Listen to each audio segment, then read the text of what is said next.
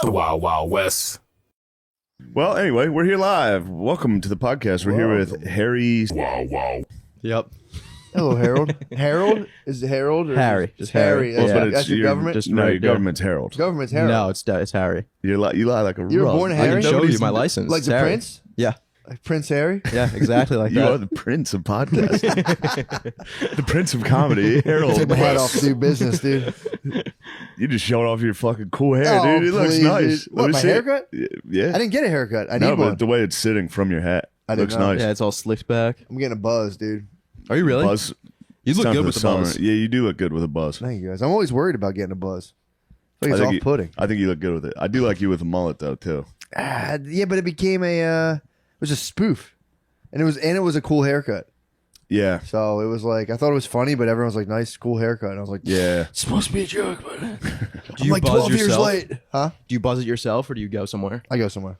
Yeah, that's the way I to have go. a strict policy. Only women can cut my hair. Oh, really? Yeah, I don't let, including myself, I wouldn't let a man cut my hair. Really? I don't let I don't let men touch my head. I don't like it. I've never even seen a male barber in New York.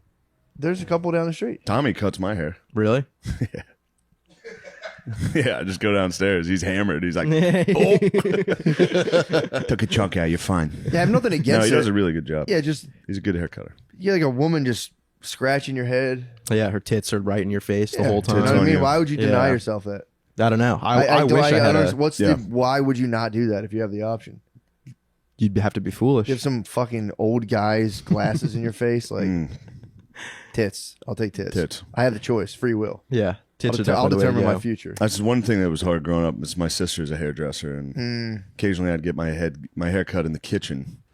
And when it's your sister's tits on your shoulder, it's That makes sense. a little bit like, that's not as Play it safe. This is disgusting. True. Like I'd rather Yeah. go talk baseball with a But fucking you do get a old man. dude's dick on your elbow sometimes. Oh, really? Yeah, if you get a male hairdresser, he Damn. comes around the They side. must really lower your his seat down. Dick. Yeah, I'm tall. Damn. Yeah. How many pounds of pressure would it take for you to be like, dude, get off?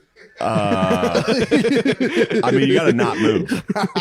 You got to pretend it didn't happen. But, like- when the dick rubs against your arm, you got to go. But what if you felt them go like, it's like you got to push. You're Every like, once in a while, you got to lean in. the chair's spinning. You're like, dude, get off me. Yeah, you got to lean in. You get a cock against the fucking Yeah, that's upper crazy. arm, leaning across. Never Yeah. thought about that. No, it's happened quite a bit. Because That I would sucks. get Rick. Rick would cut my hair. Yeah, I almost never get a female haircut. Yeah, well, Yeah. that makes sense. Now that I think about it, my mom used to cut my hair when I was little. Oh, me When I was a too. little kid, my mom Yeah. would cut my hair. Yeah. Have you ever cut your own hair? I might have tried to take the scissors. If I don't really remember, but I think I must have cut it a little bit and was like, all right, Mom. Yeah, I did the exact same thing. I did something. I did something bad. Yeah, I remember there was an episode of Shameless where Lip cuts his own hair, and then I cut my own hair, and I fucked it up so bad. You want to be like Lip? Yeah, Lip was the man. Lip's so Yeah. cool. Fuck's lip. Lip from Shameless. He's I never fucking watched all it. the hottest girls the whole Yeah, show. dude. And he's Fuck. addicted to alcohol, so he has to Yeah. run everywhere he goes. He's the But man. he also smokes tons of cigarettes. Sick. Yeah, his sister's so fucking hot. He's got His a hot sister? Yeah, dude. The Oh, oldest, what's her name? I don't know. The older Monica? sister with No, that's fucking not. the older, the dark hair. Older Yeah, sister. yeah. Is it Monica? No, not No. Monica. His mom's Monica. She's such a bitch. Yeah, his mom sucks. I've never seen it. I heard it was good. It's pretty good. It's good for the first few seasons. yeah, the and then it first two gets seasons were really good. Then bad. they got political. Yeah, that's the only time I ever saw it. Was late, and it was very political. Yeah, Well, it's just was because a that little- redhead girl becomes the biggest bitch of all time. she sucks. She becomes the worst character Yeah. in like all of TV. Yeah, she stinks. She sucks. But, you know, yeah, they did. They got super political, and it was just like, yeah, if you think about it, people who are like super poor are actually the smartest ones. And you're like, Yeah, well, turns out that is false. It's fiction. It was a team of writers. It was a lie. Yeah, and it was the south side of Chicago, too, if I'm not mistaken. Yeah. It's all yeah, a that's bunch what I of know. whites. It's white bunch of trash. whites. Wasn't it William H. Macy? Yeah, he was Yeah. pretty great in it. He's the man. He's awesome. Yeah, man. he was pretty awesome in it. But yeah, it was like a bunch of like cool, poor white people in the south side of Chicago, which, again, been there. They'd be having a I negative haven't experience. seen them anywhere, dude. They're not there. They are underground. They are afraid to come They out. might have been mole people for For sure. There's a whole there's a lot of white people in the South Side. Yeah, They're the they mole say people. it, but They I've hide, had dude. people hit me up like I live on the south side, and they tell you where they live, and it's like near the university. It's not the Wild Hunters, bro. What is I'm talking about, Chicago? see me on 87th Street, bro.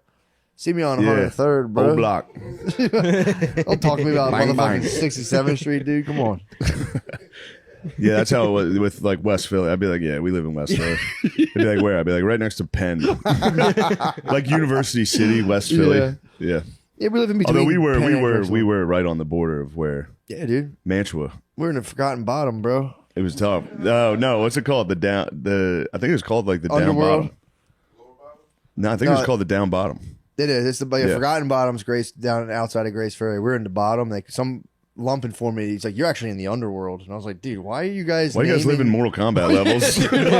Why are you naming that like that? Oh shit, that's not the bottom. That's the underworld. And I'm like, Jesus, man. The Badlands, the underworld. I prefer to call it Mantua. It's Mantua. property. George Washington camped there. Anyway, Harold, what are you up to? Not much. What's your middle name? Andrew. Mother's maiden? You guys love the royal family. Nah. Nice nod to Prince Andrew. All things aside, he was a good statesman. Was he the pedophile one? Who's the pedophile? He had a Andrew? couple. He had a couple Allegedly. slips. Allegedly. He might have been getting scientific funding, dude. We don't know. He was the one whose whole claim to not being a pedophile was like, everyone knows I don't sweat. I'm incapable of sweating. Yeah. That was- He was like, that picture's not real. I don't sweat or something like that. Yeah. That Because was the girl said description. that he was soaked in Yeah, sweat, yeah. and he was like, everyone knows I don't sweat. Yeah, that's And they're a like, tough there's a one. picture of you and the girl. He's drenched. He's got like sweat. Yeah. Everyone knows I don't sweat. I mean, yeah, it's like, what's more believable? A guy who's fucking kids and sweating all over the place, or he didn't fuck kids and or doesn't he sweat? never sweats. Clearly, that's bullshit. And then he apologized. He's like, "Yeah, my bad." Like, that was the most. I Although mean, nobody was surprised though. Everyone. think of his PR people during that interview. He's like, well, I don't sweat. Oh, Jesus. Fuck is he talking about? Who the fuck doesn't sweat? Dude, everyone sweats. You know how dogs can't sweat? They breathe out of their mouth real fast. That's what I do. I drool. Case closed. I don't fuck kids.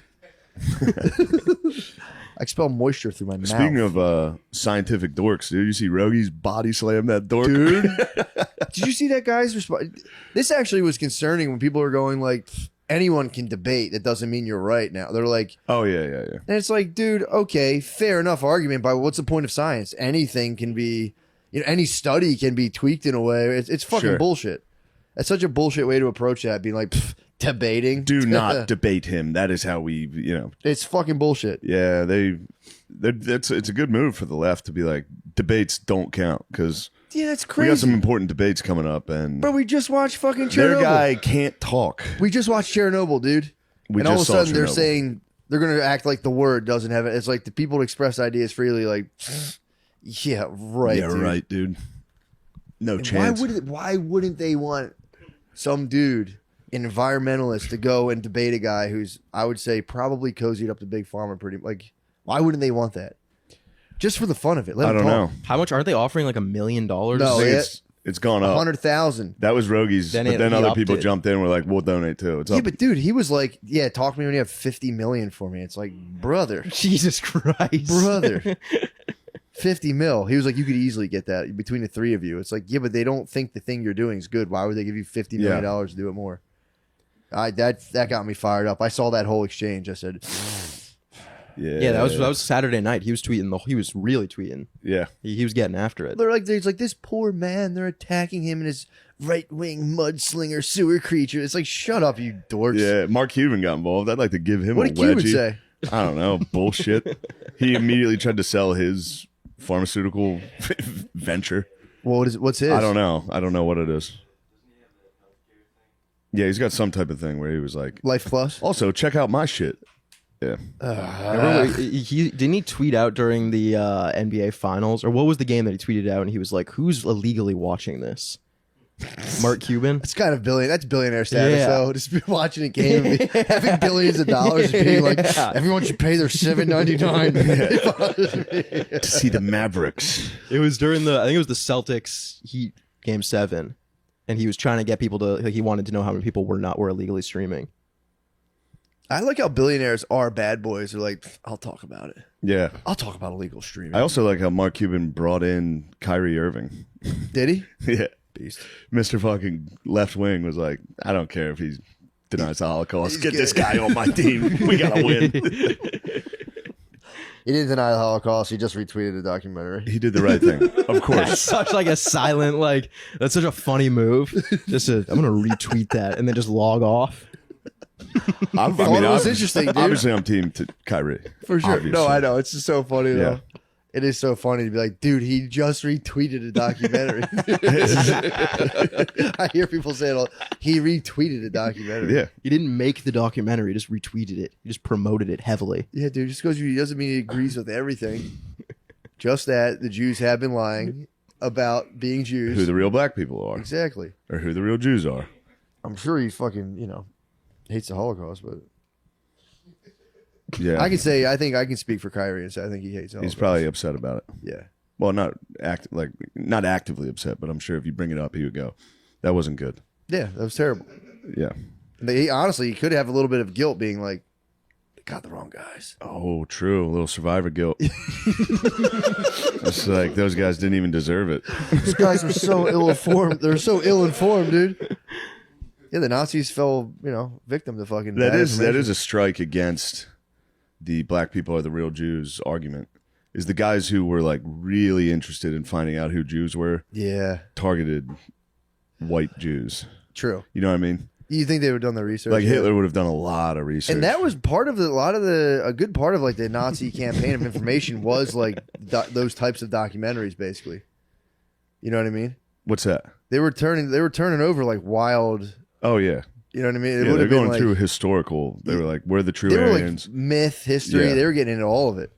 So yeah, you would have thought imagine if Hitler found And out math. halfway through and was like, "Don't don't, no one can ever know." Guys, I fucked up. That would be nuts. That'd be awesome. They got to reset. Yeah. Like, we were just kidding. Start over. Where the fuck are we gonna find 3 black million people? in. We went to Poland. Fuck. Should have went south. That would be a sick summer blockbuster. Of just a black Jew freeing. That'd be nice. Just be awesome. Django and Glorious Bastards. Yeah.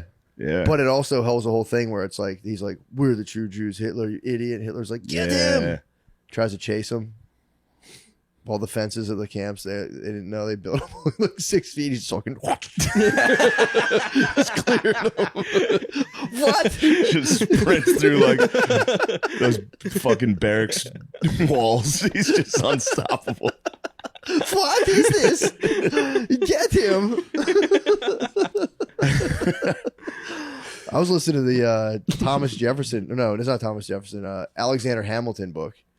He's got a weird. Did you ever get into that guy's story? I know about Hamilton. Yeah. Yeah, dude. He's got a weird. I didn't Cool realize little orphan boy. he was. Well, he was a bastard. Yeah. He was a bastard. He They wasn't had an to orphan. send him up. He was Caribbean, right? Yeah, Wasn't he was. Yeah, but the problem was his mom was lippy, dude.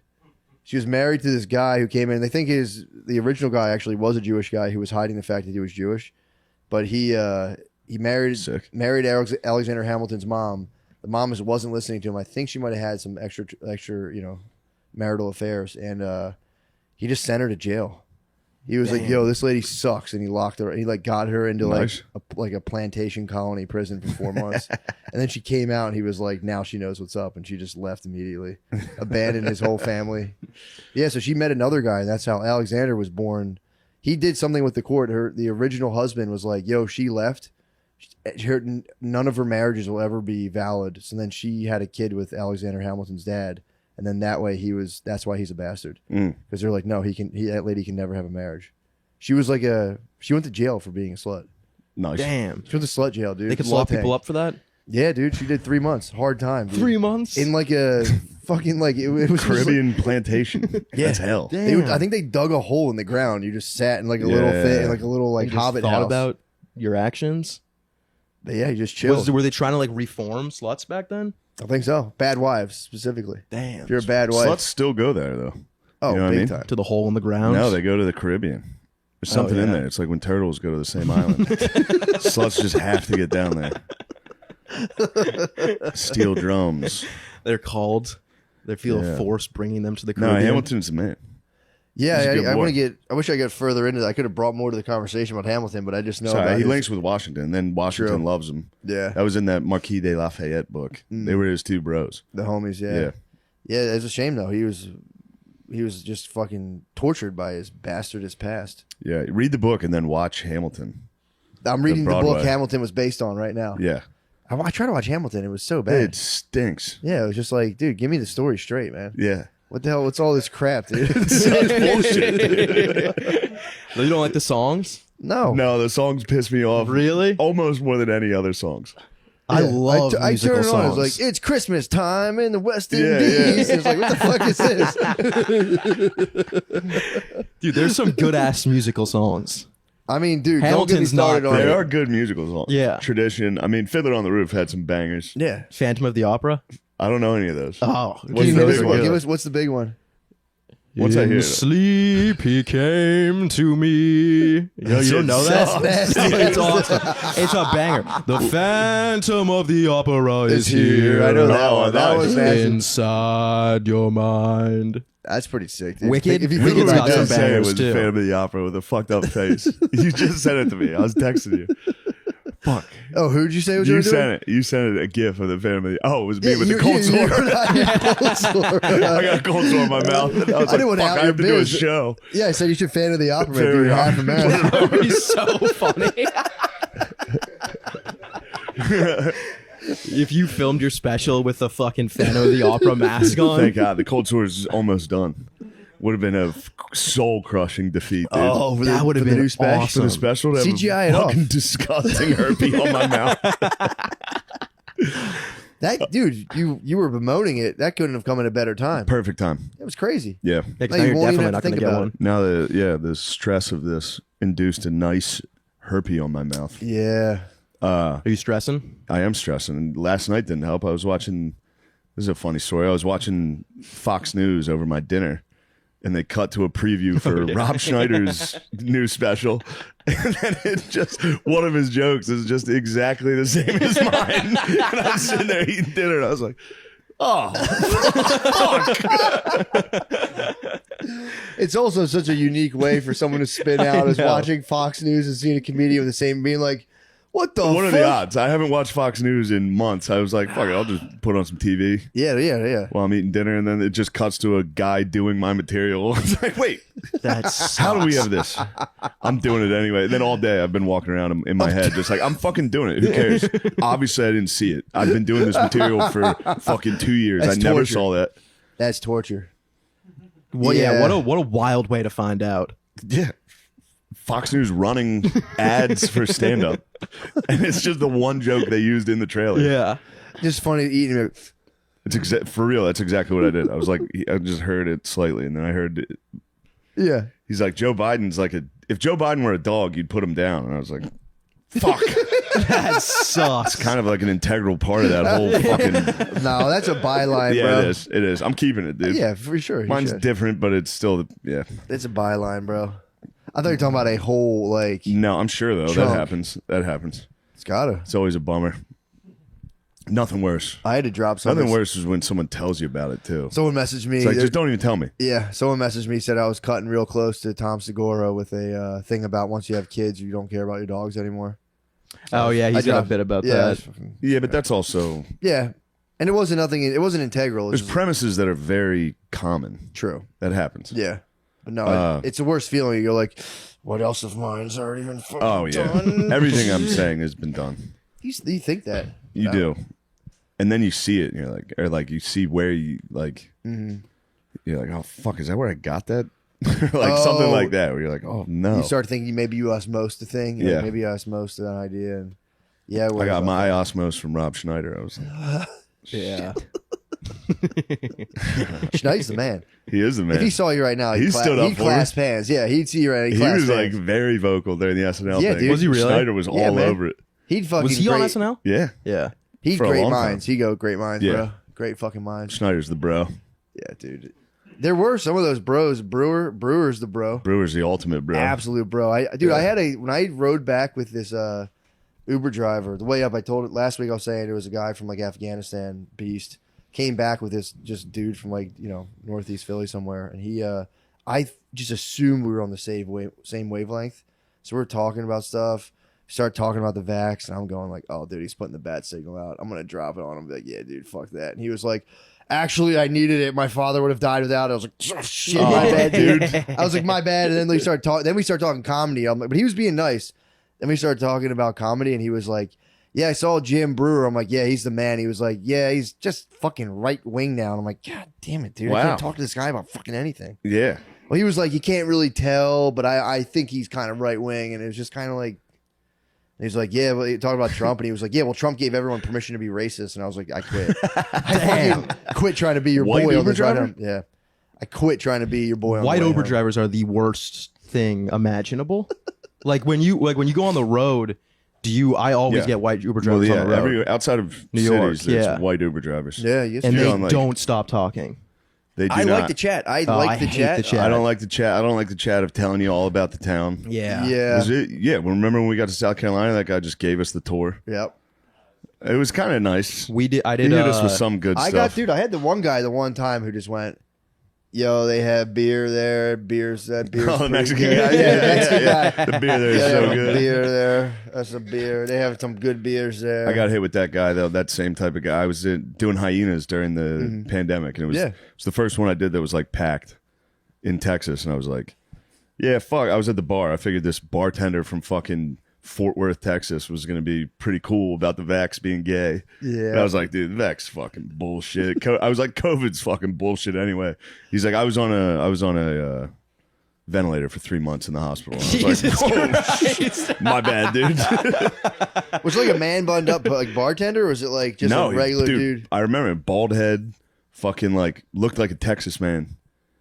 But I fuck? mean, I guess he got hit with that ventilator and was like, "No, this shit's real, dude." Yeah, I don't care 3 how months. conservative I was. dude. True. It's like I was in the hospital for 3 months with COVID. That is the wormhole to the Democratic Party. No disrespect. Yeah. You hit the Darth Vader breath for a couple of months, dude. You come out and you're like, Biden's my guy. You sit up like Vader at the end of that one, like, no. That's so scary. That was I'm my gay. greatest nightmare of getting onto the vent, dude. When I had it, I was like, dude, I'm gonna hit. Oh, it sucked. Because you lay there and you go, yeah, my breathing's all right. I guess it could be better. And you go, oh fuck, I'm going on the vent. You don't breathe again. You lay. Get it together, dude. It's just your mind getting you Yeah. excited. It's a little harder now. I wonder what that's about. Oh, it's even harder now that I think about it. Oh god. Damn, you had it bad? I got whacked for like 2 days. And Yeah, then that's all what of it was for all me. of the countries got whacked, and they all hit it from none each of other. us talked about it. They're like, "Nah, I'm good." We all got it. They all got crushed. And I called Billy. I'm like, "Where are you at?" He's like, "I just woke up." I'm like, "What the fuck are you doing sleeping, dude? It's a work day." He's, yeah, I think I like an itch in my throat.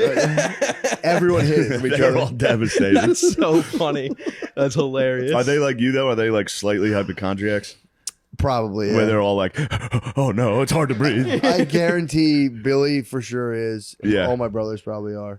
Have you only had it once? Yeah, Billy had it once. I did think twice. I had allegedly twice, but I had it 3 times. 3 times? Yeah. Damn. I get sick pretty easily. I don't really have a strong immune system. Immunocompromised? I don't know. Something. Damn. Were you homeschooled? No. All right, Why? nothing. That's like the meanest thing you could possibly say. It's not. Just asking the question. Even just asking the question is mean. You seem like you weren't around people growing up. You don't. Yeah, you were in complete command of the green room, dude. He came to my show on Sunday. It was just in Total- the pocket, dude. Really? Yeah. That's No, I don't think I He was. was holding court in the green room, and it was. I was very just talking. Fun. No one talks. No, you were so No one funny. talks. Everyone just sits there Yeah, it's and waits weird. for someone to talk. Yeah, So I was like, I'll talk. He's Yeah. becoming a man before our eyes, dude. I thought about that. Yeah. You're becoming a man. How old are you now? 22. Jesus Christ. God damn. Yeah. You have to get married young soon. boy. You You get just married got out of homeschool, dude. Did you ever see Bad Boy Bubby? No. Oh, you got to watch Bad Boy Bubby. What's that? It's about I think it's an Australian movie about a guy whose parents convince him that the outside air is poisonous, so they keep him inside his whole life, and he can't go out. He has sex with his mom. oh, Yeah, and eventually he like it's fucked up. He can only have sex That's with his not where I mom. expected that to go. There's that other one, Bubble Boy. With is it Jake Gyllenhaal? It'd be funny to get them two confused. Like he's fucked his mom. I was like, I don't know if I remember that part. But no, yeah. Then he eventually gets out and just is like goes on a tear. He's a bad boy. It's a sick movie. Bad Boy Bubby is a sick movie. Nice. I just Sounds wanted to talk good. about it. You don't give Bad Boy Bubby vibes at all. you don't at all. He's a I'm menace. good. I'm Bad glad. Boy Bubby's a fucking menace. You're a good boy. I try my best. You are a good boy. You are good. You actually are a really good boy. For real. No, seriously. Yeah, Sass is a little good guy. A lot of your generation's lost, dude. Your generation's a They're bunch on their of phones too much. fucking punks on their phones. I think everyone's on their phones. I'm not on my phone Dude, I'm getting off. You're not? right now. Yeah. Dude, I've been able to You identify. see my screen time? It's like 14 hours. Yeah. No, are you really? Is it actually that it's high? not 14. No, What you clocking in at? I don't know. Probably something crazy. Mine's like 8 or 9. Especially a hangover day yesterday. Yeah. Traveling, when you're in the Today I'm hotels, at an hour and 51 minutes. that's not bad. Considering I've been awake since 11, that's pretty bad. Usually give you the average. Not bad. I'm down to 230. No, well, it just went up 239 daily average. But when I hit the hotels Damn, traveling, 239 average is Mine's great. not bad. Mine's 4 or 5. that's where I was hovering around there for a while. But for a while, mine was like 9. Dude, we checked one time. Sid the Kid was rocking a 15-hour DA, daily average. 15? He said he keeps it playing ambient in the background. Yeah, I was going to say, Fair how does that enough. even happen? Oh, It's- nice. My daily average is 3.5. That's not bad, dude. 3.5 is take not it. bad at all. Nah, take dude. it. That's not bad. I think the average person's Although it up might be around. including today, that hour 50. It still Whatever. can, I can't freak the average. Yeah. I just requested that my wife put her screen time monitor on. Yeah, so it's good data to have. She's like, I don't want it. I was like, just put it on. For Oh, me. for her to look at. Yeah. I was Oh. like, just check it out. I thought you meant for you to monitor. I was like, damn, I'm gonna ask her about it's it. a little wacky. Yeah, I keep it down. If I see her on it too much, I go, come on, Yeah. put the fucking phone down. What do you want? What do you want a lot? She should, Just the apps? Stay on Instagram the and apps? Twitter. Yeah. I just, yeah, yeah. absolutely. I just look at the apps. I try to find, I'll get in a Wikipedia hole occasionally. I'm on Really? Last Shazam. night- I'm last on night- Shazam all day. Shazam. What The is hell's this? Just 7 hours on Uber Eats. Singing songs, trying to think I'm of in a them. coffee shop. Oh, Arcade Fire. I haven't thought of them in You forever. never even write it down. You're like, cool. Put your phone away. I I'm got a on nice, Instagram a got a lot. nice Wikipedia one last night. Oh, what'd you get? I got Battle of Agincourt. Pretty big. I was watching the movie The King on Netflix. You saw that one with Timothy Chalamet. Oh yeah. It's a great movie. That was tight.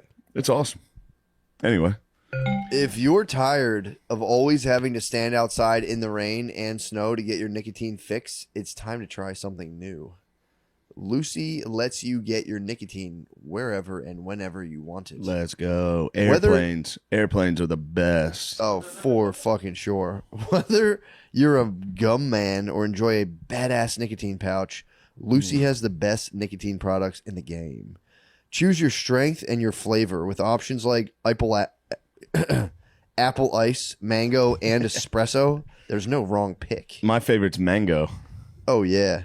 I like apple ice. Do you like apple ice? I give it to my dogs. I If you lo- feed my dogs nicotine pouches. If They're you- not doing well. I say, watch it. If you love nicotine pouches, you're in for a treat. Lucy Breaker pouches have liquid flavor capsules inside that burst to moisten the pouch and give you a wave of awesome flavor. Visit lucy.co and use promo code DRENCHED to get 20% off your first order. Shipping is always free. That's lucy.co, promo code DRENCHED to receive 20% off and always free shipping.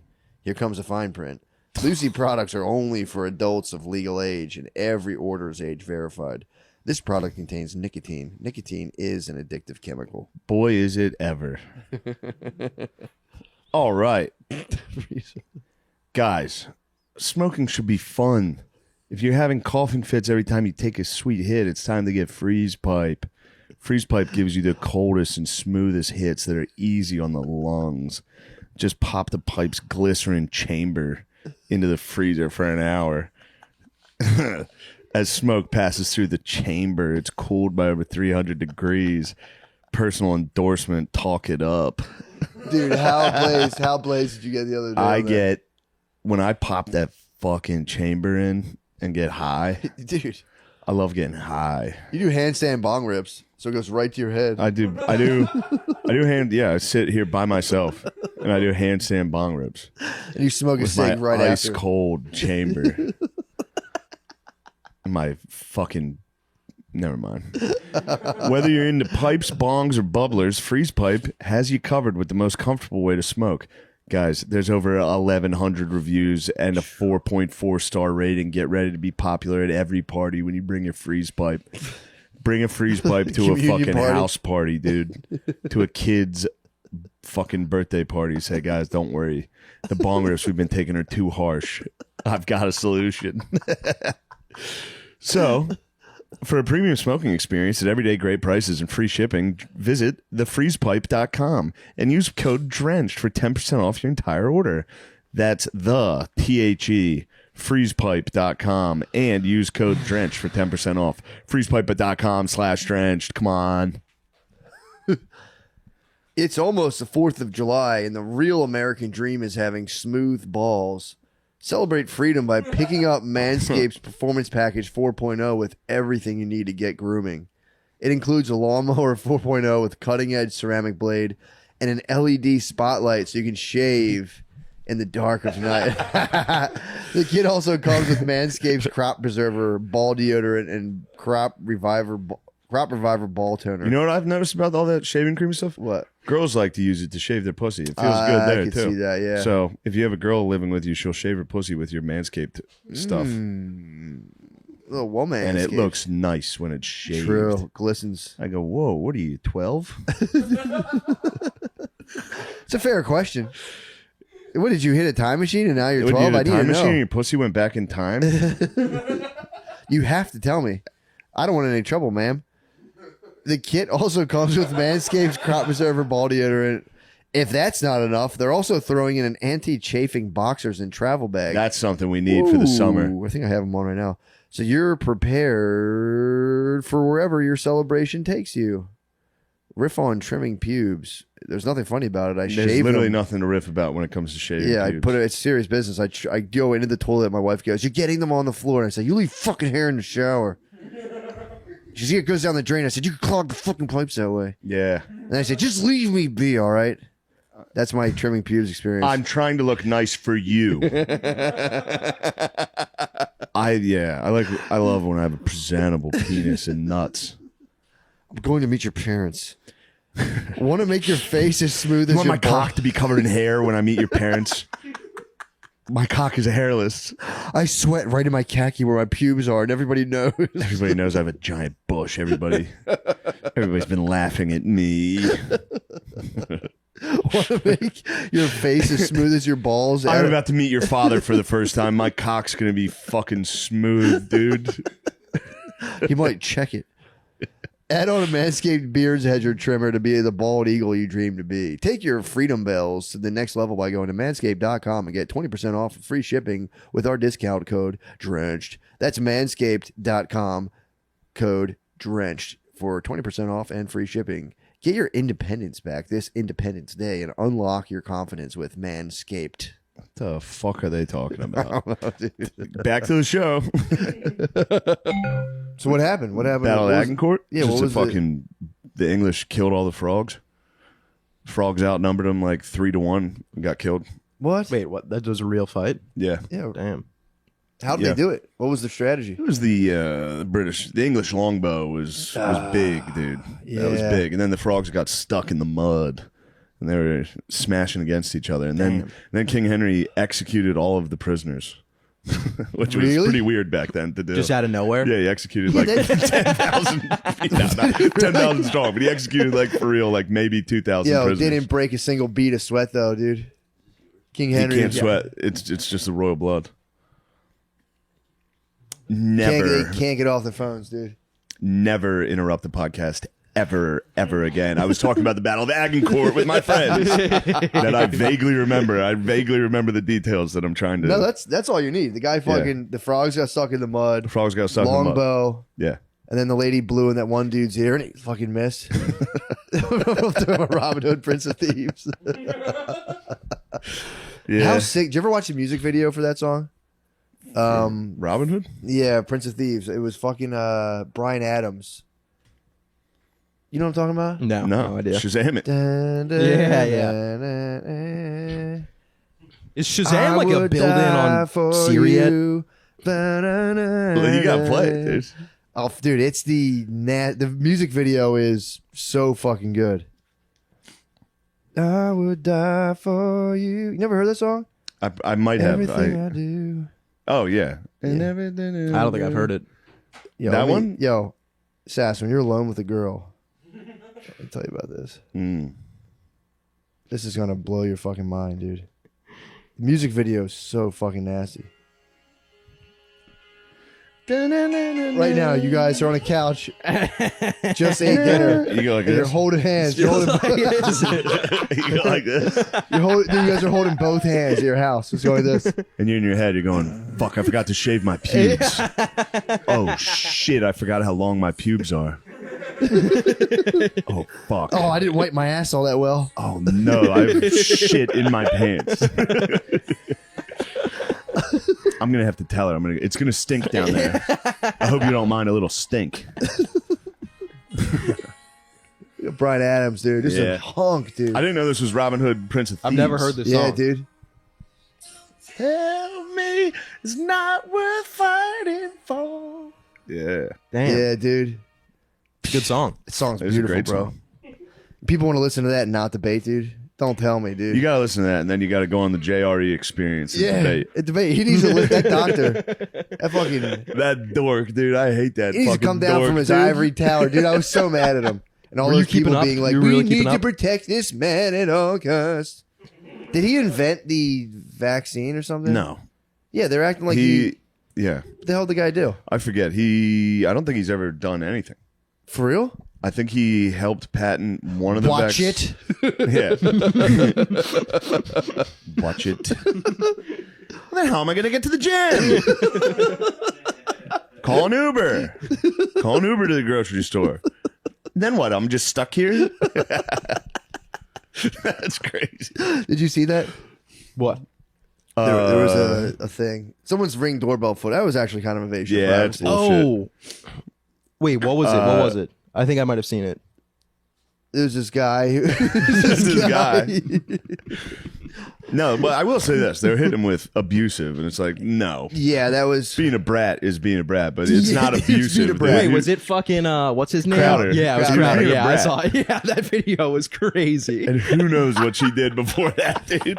She might be taking the car a lot. This was a while But ago. they said there was Yeah. a cut. They said there was a cut interlude. They had that, and then they had the cut, and they're like, "Oh, at this point in the cut, he said he'd beat her fucking ass," and it was like, I saw that, and I went, maybe, but also, I need to see Yeah. it. Show me the. Tape. He was really mad. He was angry. He was Yeah. furious. He was actually sitting just like Matt is Yeah, right now. Yeah, He he was was. like, watch it. Which I mean, that's watch like if for angry and being in that position, that's like an intimidating. Dude, I thing. will say Yeah, this: scary. that, you know, if you're already fighting with your wife and then she becomes pregnant, there's not like an easy off switch to be like, all right, I'm not going to fight with her while she's. Yeah. You can fight with a pregnant lady. Yeah. I've done it. Yeah. I fought with a pregnant lady, dude. I'm not, you know, it's not my proudest moment, but it's like you do it, and you're like, what am I doing? So yeah, I did feel badly that got released. I was like, that is really shitty. How did it get released? Did she release it? She must She have. crushed him. Although again, he could have been torturing her behind. Who knows, dude? I tried to speak on Abuse domestic was affairs. strong though in that, particularly in that video. Yeah, He was just What were they bratting. saying? He was gaslighting her? I mean, was- anytime you win an argument with a woman, they're like, "You fucking- that was a straw man. You gaslight me. Like, he was. you don't even know what these words mean, idiot. He was bludgeoning her with logic, dude. He bludgeoned her with Bludgeoning logic. dude. He sat down with the coffee and said, "Prove to me that I'm not right. Change my Change Prove my that I'm mind, wrong. yeah. Change my mind about taking an Uber right now." You should pick up Watch the dog it. poop. Change my mind. He's just always got the sign on him, just in a That'd backpack. be nice, though, to this- be- in the middle of an argument, just like 1 second. You can That take would an be Uber. nice, though. Change my mind. Dude, if I could go into like girl mind and just like if I'm his wife, I would just be sitting there and being like, I mean, I don't know. I think like drag story time's not that big of an idea. Oh, you could. Watch it. Watch it. Watch it. You're the mother of my child. Watch it. Throwing out a watch it to anyone is just insane. Watch it's unbelievable. That's an insane. Watch it's unbelievable. So nice. Someone your age too. Fucking watch it. Hey. Cool it. Cool it. Change your tone. You're on thin ice. You're on fucking thin ice. You gotta turn off the dinner time Fox News, dude. Yeah. You might mentally time travel, dude. I was watching Fox News and I was like, yeah. I was eating dinner. I was locked in. I am Until they get you. between specials. I did turn into a Fox News dad, 100%. You're gonna start taking up being like, watch it, pal. Hey, buddy. Yeah, I'm trying to You creep. It's my dad's top shit. creep. You creep. Guy's being a creep. Dude, he would get up if we were out eating when we were little. And like, if there was like teenage boys cursing, we had a pizza place in like the Poconos, and he'd go over the table and be like, "Would you creep stop cursing? Knock it off. I have kids here." And they'd be like, "Watch your mouths, dude." It was so funny. That's nice. He lived That's for a it. badass move. Punks, Kids snot scare nose. the fuck out Not of nose me. punks. Dude, snot nose punks. Kids Like, do? Yeah. It's because you're homeschooled. Like, what are those? I've never even seen one of those. I just don't once. want to get bullied by a group of kids. Yeah, of course. I cross the street when I see them coming my way. Really? What type Yeah. of kids do you cross the street for? Yeah, all of them. School zone, just in a school zone. I live kind of in a school zone, and they're always running around outside my house. One of them was filming a TikTok outside of my apartment, Awesome. and I was playing video games with my friends. I stood up to take a picture of them, and they saw me take the picture. And With then a they headset on? Stood out, yeah, with my headset on and pajama pants, and they stood outside of my apartment waving at me until I went out and said something. We got to go out and address You had them. to address the I had to mob. address them, and they were like, "Did you just take a video of us?" And I was like, "No." What the fuck are you guys talking about? Ooh. And then a real problem. they were like teens. They weren't children. And Still a and problem. they asked if I could buy them Taylor Swift Yeah, I've heard tickets. that Wait, argument. are you old enough to like date a 16-year-old by common law, right? 22. Am I? Can't you take like a 16-year-old to prom or something your age? I think schools it caps out at like 18, Oh, really? or depending on the school. I don't think high schools want like I thought you 22-year-olds. could marry like a 22-year-old. Rolling I thought up you to could marry like a prom. 16-year-old. Probably. There's windows. If There's you like, some if you in were my to, prom. if you were to like, There was if you were to 22-year-olds hold in your hands prom? like a 17-year-old and listen to Bryan Adams, I think you'd be okay. Yeah. Don't do it. Obviously, don't do it. Yeah. Check your Maybe. local law, but Yeah. Check your local listings. You might be able to do that, dude. Oh, that would be horrifying. Why? That'd be awesome. 17-year-olds? you don't. They're so funny. You're not. Their pussies are so funny. I just want to talk to them. Jesus, What the Harry. hell, dude? Their tight young Harry? pussies are hilarious. I mean, you're probably legally allowed to say that at your age. You are. I was watching Marie Antoinette. Have you ever seen that movie? No. It's pretty. I know of her. It was making me laugh at the beginning.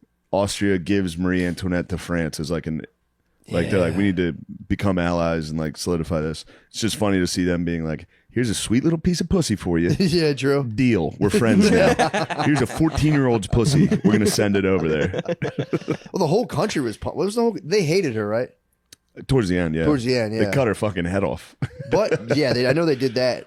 But at first, weren't they kind of like? Because you would send like one country a young babe, and they'd all be like, "Yo, for real, like we should get along." Yeah, This babe, yeah. They would worship one babe and be like, "She is I the think future." I think they liked Marie Antoinette at first, at least Yeah. according to the movie. She I was saw. cultured, wasn't she? She like came down and was like, "This is how you use a spoon."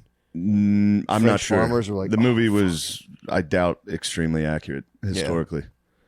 God, that must suck, dude. They cut her head off. Yeah, it was making me laugh thinking about that fucking Louis bit, the fucking first world problems bit, Which one? where he's just like explaining. He invented like the first world problems, I think. Did he coin the term? Yeah, he did it in a special. That's pretty sick. He was like, first world problems are like whatever, like this line's taking too long or something. He's like, third world problems are like, you wake up one day and you're like, oh fuck, I forgot they're gonna cut all our heads off. Oh, they're cutting all our heads off today. Fuck.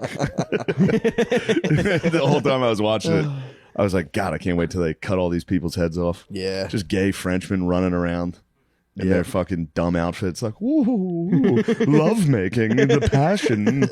I'm like, there's just hungry dudes outside that are dirty. They're like, we're getting in there. I'm going to cut those fucking fruitcakes' heads off, dude. I'm starving. They just partied for like 20 years, and then they all got their heads cut off. What was the name of the place they were all hanging Versailles. around? Versailles, yeah. Yeah. Just being In absolutely the nicest, fruity. literally the nicest place of all time. Oh. And they were in there, having drinks, fucking everybody was fucking everybody. Yeah, everyone had a mistress and shit back then. Marquis de Lafayette, he was like ousted from the court because he wouldn't cheat. Yeah. Everyone was like, dude, you're being a bitch. We don't need you around our crew, dude. We're all getting pussy on the side. Yeah. Don't think you're better than us. And then they all got their heads cut off. Did he get his head cut off? Hell No. But he got him. he had a lot of problems. He was in jail a lot. It's better than having your head get cut off. Yeah. Especially they probably had dull ass blades back then. Oh. Yeah, fuck, it didn't take. It's like a paper cutter.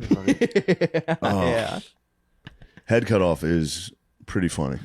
Yeah. Have you ever seen any of those videos? Yes. The live leakies? Yeah. I've honestly, I have virgin eyes when it comes to that stuff. It's You not like it? good. It's not good. Especially the beheadings on there are never. It's never a It's never a guillotine. clean It's always cut. a knife and a fucking. Yeah. Ugh. You see the guy going like, ah. Yeah. Jesus. Does anyone get a clean Jesus, sweep? mister. Does anyone get a clean cut? Yeah, I think the Afghanis and Saudis got it down pretty good. That's not bad. They were hitting. I think the Taliban used to hit like soccer stadium beheadings, and they were one. Oh yeah, and the one whole slice. town comes The whole out town for would it. be like, dude, Oh, Like, really? what are you doing after work Afghanistan today? rocks. Yeah, I mean, I think there's something we miss about that, like public justice, like brutal public justice. I think there's something that if We seek it online, dude. true, That's why I was just mad at that science dork. true, yeah. That was my public beheading. I just want to see him crucify Dude, I want him, to see Joe. one person debate someone who knows anything. I've never seen anyone do it yet. What if he just pantses RFK Jr.? Fair dude? enough. That'd be so fun. I'd be so sad. But dude, I don't think he will because they had something close to it. Rogies almost kind of debated himself a little bit. Who was the guy who went on Rogies and tried to like, fucking that Oh, I know weirdo you're Yeah, talking Sanjay CNN guy? Gupta. Yeah. Sanjay Gupta tried to go on And there. Rogies stomped him. about. Yeah, yeah. That's what I'm saying, man. And It it's was like, a bloodbath. it was a total fucking And they're like, bloodbath. oh, this guy, what's he going to eat? Fucking elk meat and talk about wrestling? That's It's what like, I'm well, saying. then beat him in a debate. You're Bro, the CNN guy. You're a medical doctor. Yeah. Rogie stomped him in that It debate. was a bloodbath. That's dude. probably why they're like, Can't go in there. well, because they get into the funding, and the funding They also, they don't really understand freaky. Rogies has been investigating this for 3 years now. True. Like nonstop. Yeah. Yeah. I mean, yeah, you got fucking crucified. I love watching the videos of Rogan getting mad at people. Yeah, it's Of kind his of nice. guests. Have you ever seen the one of him of the dude asking if he could like do the podcast, like take over the podcast for a week? You've never seen that? No. If Rogan was like, what the fuck are you talking about? he's like, what do you have to offer me that would be equal to me giving you this platform for a full week? And the guy's like, I just think it would be like a really good idea. Really good Yeah. idea. I think it'd be good for me. Yeah. Who was I it? probably- Do you remember? I don't know, Yeah. but that guy definitely was in the shower being like, he might be into the ideas like that. Yeah. He's a pretty open-minded guy. And then Here we everyone would see that I'm go. actually great. I'm gonna try it. Oh shit! Just fucking kill me. Dude. Just fucking kill me right now. Nightmare. Yeah, I bombed on there, and that was bad, dude. That was Yeah. cutting our fucking heads off. Yeah. I wish someone would have cut my head Someone off came down. right then, dude. And that was early in the I episode. wish too. Jamie What was would that? have fucking 30 minutes in. red face, just like Yeah. what? Yeah. It is You know, great. Doesn't he still not get the joke? He gets it. He gets it now. Yeah, he understood it then. He thought. I mean, there is a part of the joke where there's something underlying it. If it was about you, you'd be like, "You're accusing me of not helping you." That's the part he took from it. Yeah, that makes sense. But the joke was I was arrogant and stupid, and I was like, "I'll just go on Rogan. I don't give a fuck. He's definitely gonna have me on." He's like, wait, what? And he was like, "Who are you?" Fuck. Shit. Well, you know, because you figure like you'd be into something like this situation. I just figured you might have heard of it.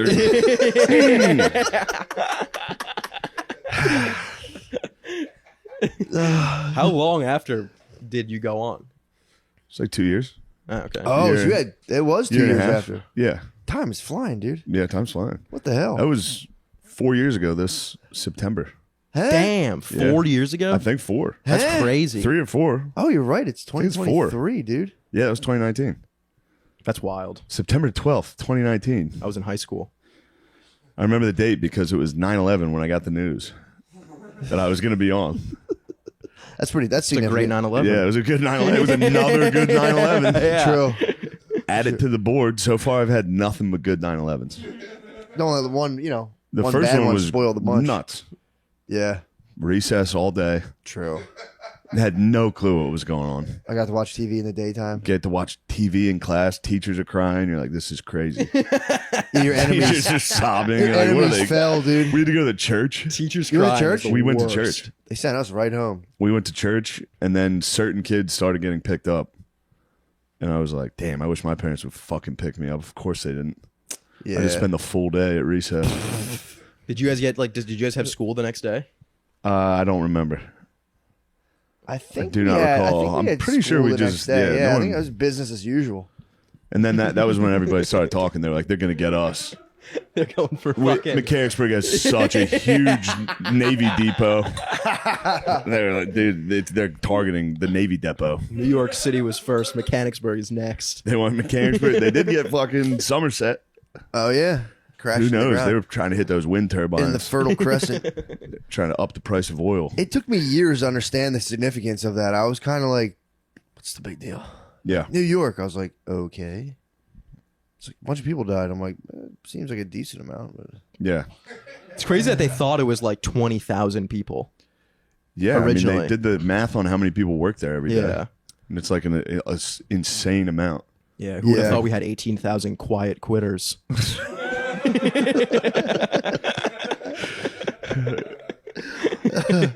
Where the hell were you guys? Dude, I was watching.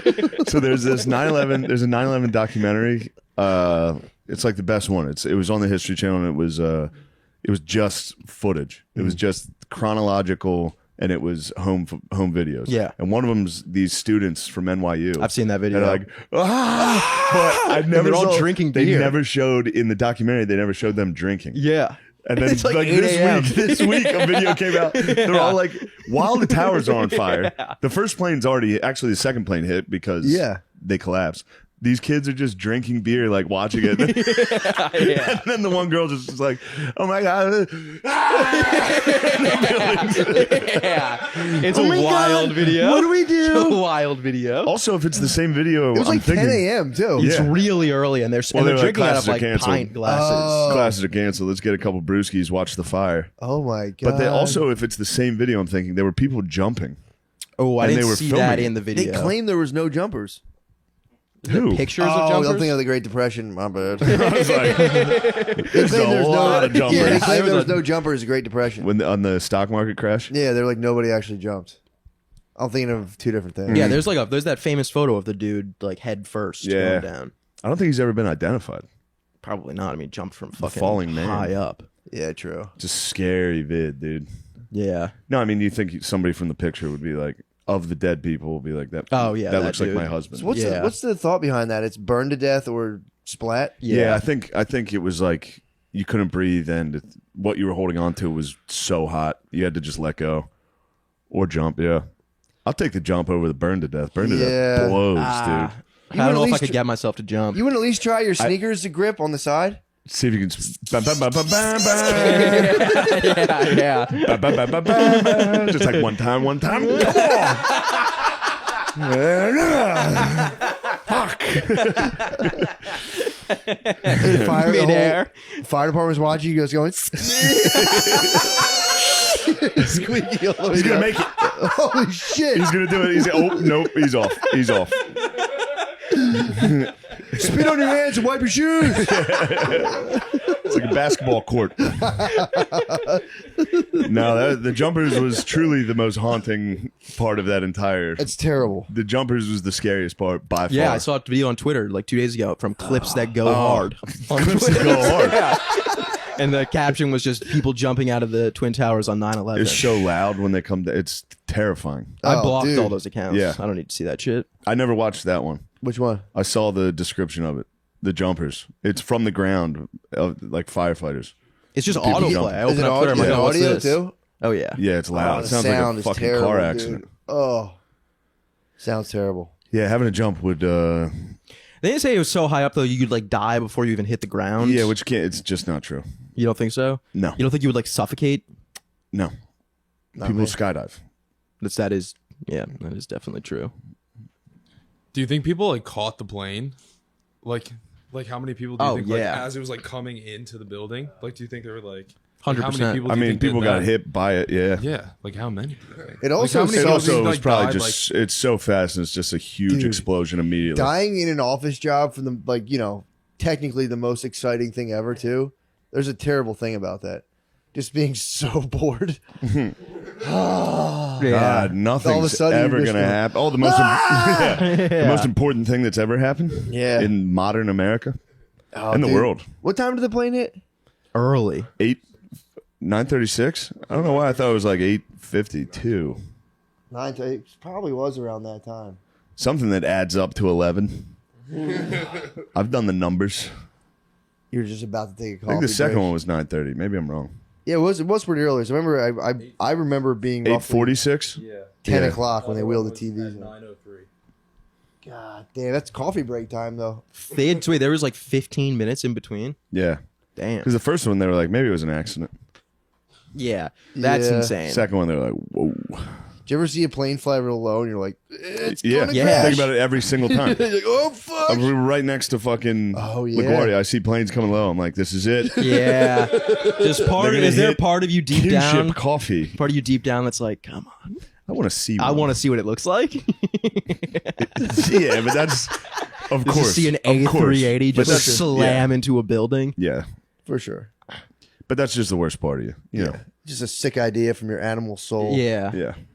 Like if I see when I'm looking at the World Trade Center from far away, Yeah. and When I'm we're like, that crossing- must have been like fucking crossing the bridge. I insane think to about where see. people must have Yeah. been when it happened. Yeesh. Like on the Yeah. George Washington Bridge would have been insane. Dude. Oh. Yeah, all that. What a truly tragic event. Yeah. But the guy testing out Spider-Man It's so funny. is funny. Just like, especially if somebody else saw him, just Yeah. like, dude, did you just try? It's like, shut the fuck up. son. I'm trying anything. Parachute Man would have been so sick, dude. Oh, Dude. yeah. A parachute man would have been. You know they got parachutes up there now? I If I fucking was up would. that, if I was that high up, I'd have a parachute on me. for Absolutely, sure. dude. Wingsuit, something. Yeah, wingsuit would be wild. Having never even tried the wingsuit, bam, bam, bam, bam, bam, bam. straight to another building, right in the Tower 7. I'd land in the Hudson Oh, for sure. Just coast right in. Coast right in and Yeah. drown in your parachute. True. Got out of that burning. What's the second worst death? Ah, shit. Yeah, but you have your survival knife. You go, oh, Definitely. cut that off. Definitely. That's I what have no that- doubt I'd be able to parachute into a body of water and cut it loose. Did you guys see that dude that jumped off or crashed his plane purposely? Nah. You didn't see this? The YouTuber? Yeah. You didn't see Why this? did You'd YouTuber love crash? it. I feel like you definitely No, seen what it. happened? He was like he tried to this happened like 2 Was years that the guy ago. who came and said he said all that really funny shit while he was flying around? He's like, woo. No, that was awesome. That Yeah, was that in guy was, was that in in I Massachusetts? think so. I don't know. Yeah. What was that? He hijacked a plane. He was a dude that worked on like the runway, and he hijacked Yeah. a plane. Oh, shit. And he They're was trying just to talk taking him it for down. a spin. Yeah. And he's Just like, "Yeah, I crashed. fucked up, guys." I'm gonna land this thing, but don't be mean. Yeah, it actually got really depressing at the end. Yeah. You gotta negotiate from up there. You gotta say, dude, I'll land it, but no charges. Agree? That's kind Do of you like what he agree? was doing. He was like, they were like the air control people were like, fucked "Yo, up. you got to land it," and he was like, "Yeah, I'm gonna." He's like, "I'm just taking it for like," he's like, "I'm just taking it for a spin," and then he just sailed into a fucking island. It exploded. Oh, he died. Yes, dude. Yeah. He killed himself. What a beast. Yeah, it was just having a really He good was time. just out there. Yeah. He was like, you know what? yeah. I'm done, I'm dude. grabbing a plane. It's I'm crazy. done he working. flew it. He flew it so successfully. Like he took it off and he was doing like barrel rolls and shit. What? In like a commercial plane. It was crazy. Oh, that's such a funny fucking way to go. Yeah. It's nah. Like, come on down. Nah. Yeah. He You was guys doing are like gonna Top be Gun so mean flybys. if I do that. I'm just gonna park it right here. Who was the what was the guy who crashed? Oh, there's a YouTuber who like made a video of his plane supposedly crashing, or like the engines broke or shut down. And then he was like, luckily I always fly with a parachute with me. And then he just jumped out of the plane. But there was like 7 GoPros set up, like all angles. And then Yeah, they he investigated. clearly- They were like, you blatantly just jumped out of your plane. And then there's just a plane crashing onto California, or wherever Yeah. the fuck he was, which is What the it's a pretty fuck? serious. Yeah, crime. he's going to jail for sure. But I remember like he put the video out. The video is funny. How many Yeah. views? Jumping how many out of his views own did he plane. get? Dude, he got like 100,000 views. Oh no, Not worth it at all. At all. What the fuck? Yeah. He hit the eject button. He was on like a Cessna plane, like Yeah. a small ass plane. He just so opened scary. like a car door and Yeah. fell out of a plane. What? It's He didn't hilarious. even Yeah. fly out through the top. No. He just literally like opens a door and like rolls out of Yeah. a moving plane. And everyone was like, dude, no one just flies with a parachute with them. And he was like, Yeah. luckily I've always got my parachute on me. So he was just like, yeah, crazy. Or he was like, the engines are going Mayday, Mayday. Yeah. It was like, no, Yeah. he was so calm because it was clearly not real. And he was not really great at acting it out. And he was just like, oh no, the engines are gone. And then like apparently like all these people and like they were all saying they're like he didn't try anything. He didn't even try to like reboot the engines. Yeah. It was like one engine And he stalled. just happened to was have a like time to GoPro. jump out of the plane. Yeah. Happened to have a GoPro on the wing Yeah. to watch him jump out. Yeah. Yeah, it was kind of open and shut. Yeah. What did the plane hit? It hit like farmland. It landed or in something? like trees and like in like mountains. And Probably I think it started a was in forest fire. California. Yeah. Yeah. You started a forest fire? No, But then he landed on the plane to like recover the footage and then edited it all together and then uploaded it. And Pretty then- nasty. You should at least go to the White House after you get started. Joe. Yeah. That's Yeah. pretty nasty. Yeah. To pilot your thing to your Cessna. he was an Olympian. Yeah, I just looked it up. His name was like Trevor. Oh fuck, I closed it. Matt, you getting hydrated for the gymnasium today? I am. I peed earlier. It was yellow. We as hell. gotta go a little slower this time. I am. I'm chilling. Yeah. I've told you I'm dead right now. Last week we went a little too hard. I'm playground legend right What do now, you guys dude. hit? Oh yeah, true. I was playing basketball on Sunday, dude. I'm fried from that. Then I rollerbladed all day yesterday. Yeah, Oh, that's- rollerblading's awesome. Rollerblading so footage nasty, was dude. nice, Dude, dude. I'm getting more of it back. Yeah, Where did you go? Tennis court? The rollerblade? Yeah. yeah, right. I'm not that kind of blader, bro. Dude, rollerblading on a tennis court's the best. True. Smooth This as is a fuck. very smooth surface. Yeah. I was doing grassy hills. It was pretty sick. Oh, damn. Yeah, it's pretty, I'm cross country. Dude, it was I'm filming a rollerblading intro for my special. Oh, really? yeah. So I was like, I'll hop on the blades, get some footage. I got on it like we started at 10 o'clock, so I showed up at 9:40 to practice. Dude, I was so bad. Yeah, I've it's- rollerbladed forever. I'm sure. Who Dude, has? Stopping is the hardest part.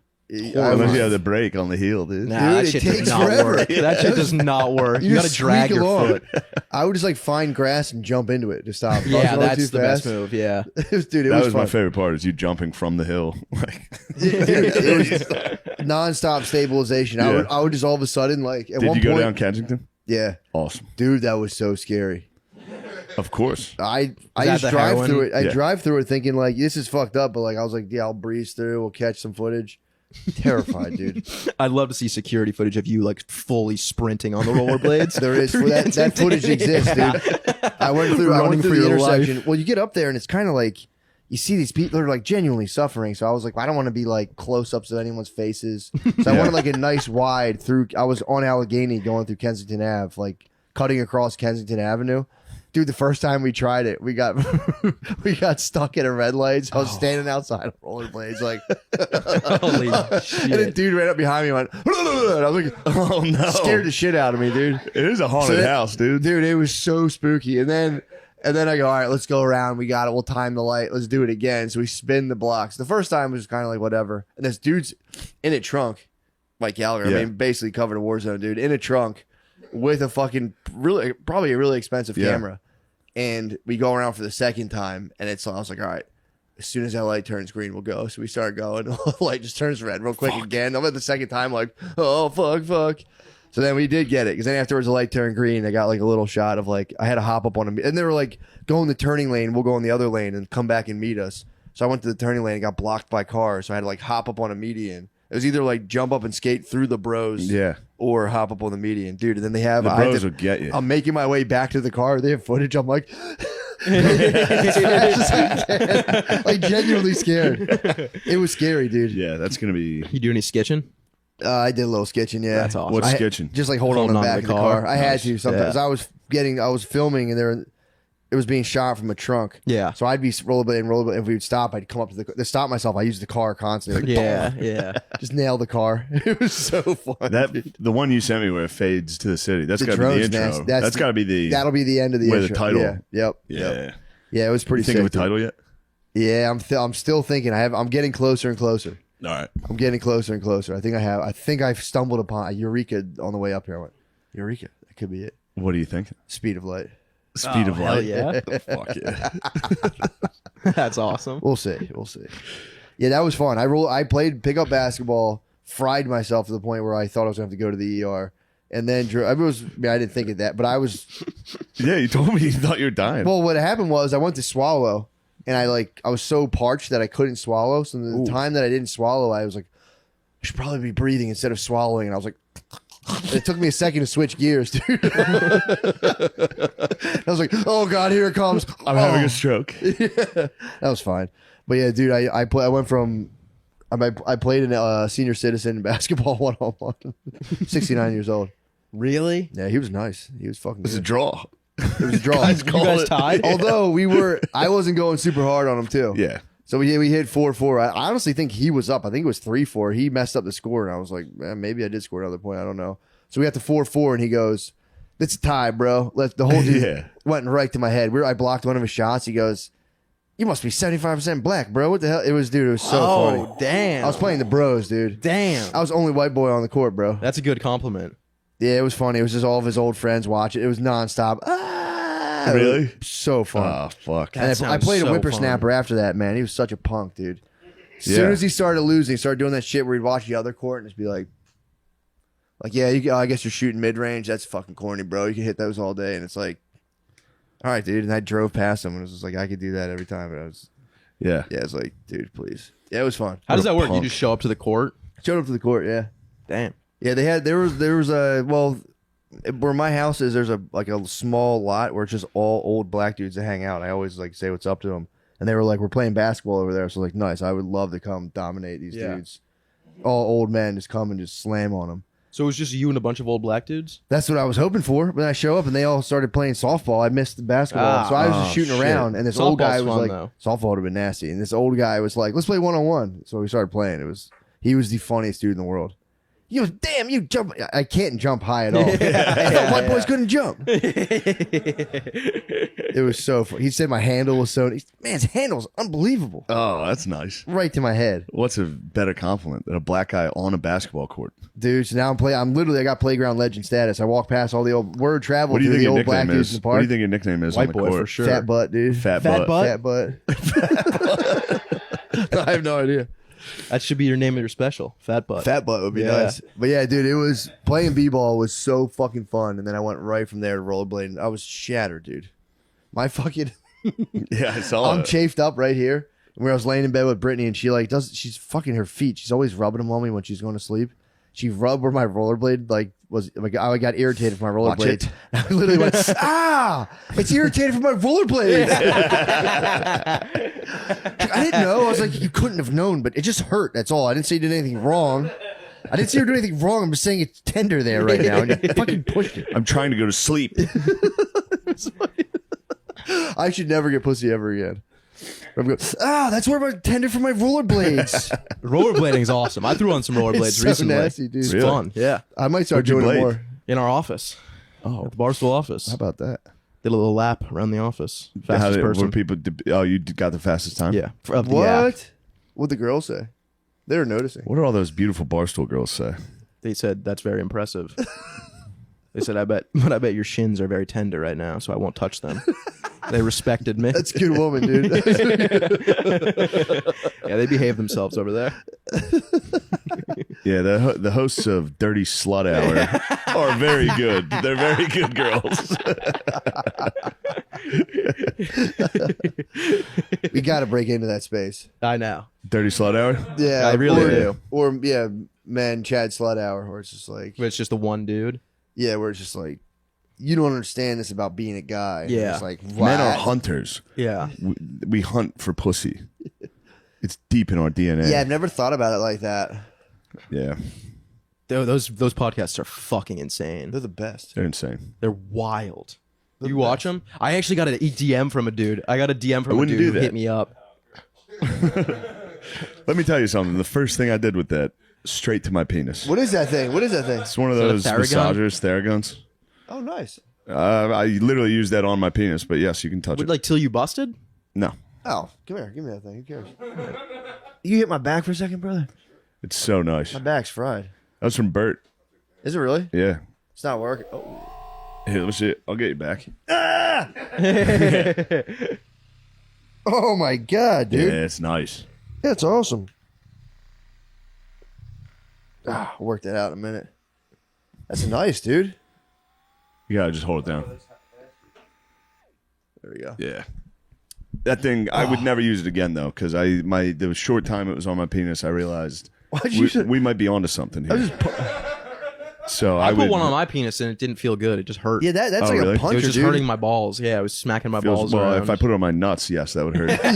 Use it for That ball would torture. really hurt. Use it for ball torture. Fuck. No, you put a Theragun on the tip of your penis. Yeah. You're gonna jizz. Yeah, I can see Really? Yeah, Why did you not jizz? because You definitely somebody was jizzed. here. Oh, okay.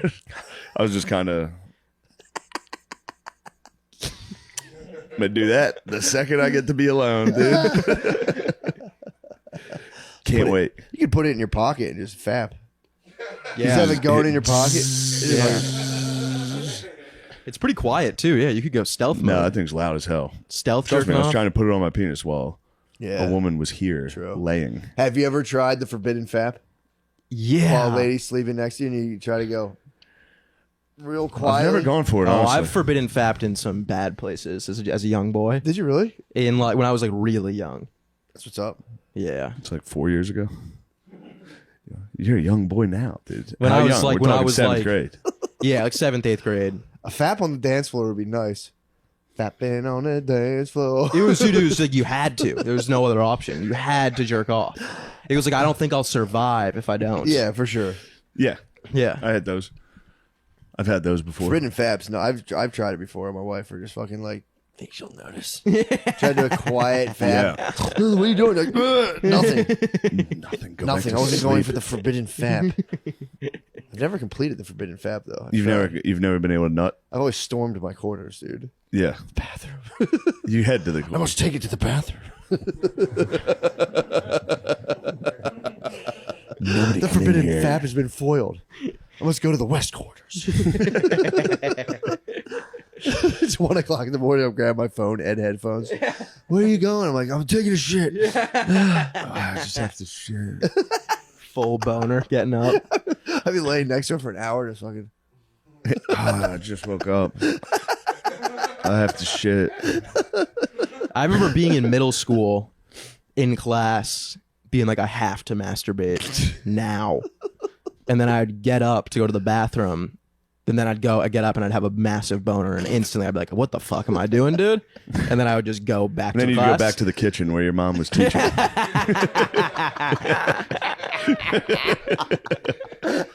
You were definitely homeschooled, dude. I was not homeschooled. All right, quick. What middle school did you go to? Don't worry about Yeah, it. right. Yeah, right. You don't even know. You were absolutely homeschooled. I was not homeschooled. I can show you my yearbook photo. Please. I actually can't. I have no idea how I'd find that. It's a Christmas card. Oh fuck, dude! I forgot all about that. What an insane thing to say. That's like that has to be like the best like slight insult. Just ask someone yeah. if they're homeschooled. Yeah, Yeah. it's crazy. No, I don't know a single person who's normal who is homeschooled. Except me. You were You're a homeschooled. normal guy. I was homeschooled, obviously. Ah, you fucking Captain asshole. of the football team. Yeah. Homeschooled. I was in the backyard running drills. walked on- My you dad walked was on like, in high someday school." you could be a captain if you keep doing this. Doing ladder drills in the backyard. Hitting the sled. Yeah, it's so sick. There's Hitting the nothing sled better than hitting the rules. sled Dude, I with your see bros, sleds. dude. I'm like, oh my God, I wish. Although that was like kind of the shittiest part of practice. The sled. Sled was shitty. You could also fake lift on the sled though. Yeah, but then I was tackle, so you could really tell It would start to turn. who was pushing. Yeah, as a guard, you could be comfortably in there to fucking Center, you're fucking chilling. Chilling, yeah. Yeah. That is true. They start spinning. Yeah, you can't Start spinning a little. The coach who's riding, it's like, come on. Oh, that makes sense. Yeah. What are you, gay? You're like, I'm fucking 16. You fucking drunk. You weird drunk. We were talking about just dudes. High school, like in high school, like dudes will like grab you. You know, like a coach will be like, "Now, come on, hit me. You can hit me for real. It's not gonna hurt." And, like, while you're holding like the shield, you know that like pad, he'd be like, "Now you get under it and you fucking drive up." Jesus, coach. We had a coach. They all did that. Yeah, they every single hold one. it. I'll show you. I'll show you. Yeah. You're like, this hurts. We had a freshman coach that challenged our running back to like a one-on-one drill. And he was obviously not wearing pads. Yeah. And he got cracked in his face with a helmet. Oh. Just blood. It was wonderful. He probably loved it, dude. Oh, it was sick. We had a high school baseball coach who was like playing catcher, like in practice, got hit right in the arm like exploded. Really? Shattered. You were a high school baseball player. No, just got made his way around watching. town. Oh, you're just watching from your window. From your bedroom. He was on the chain link. Yeah. One day I'll be a real boy. One day I'll play baseball. Baseball. Got home. You're like, Mom, what's baseball? Baseball is the devil. I invented baseball.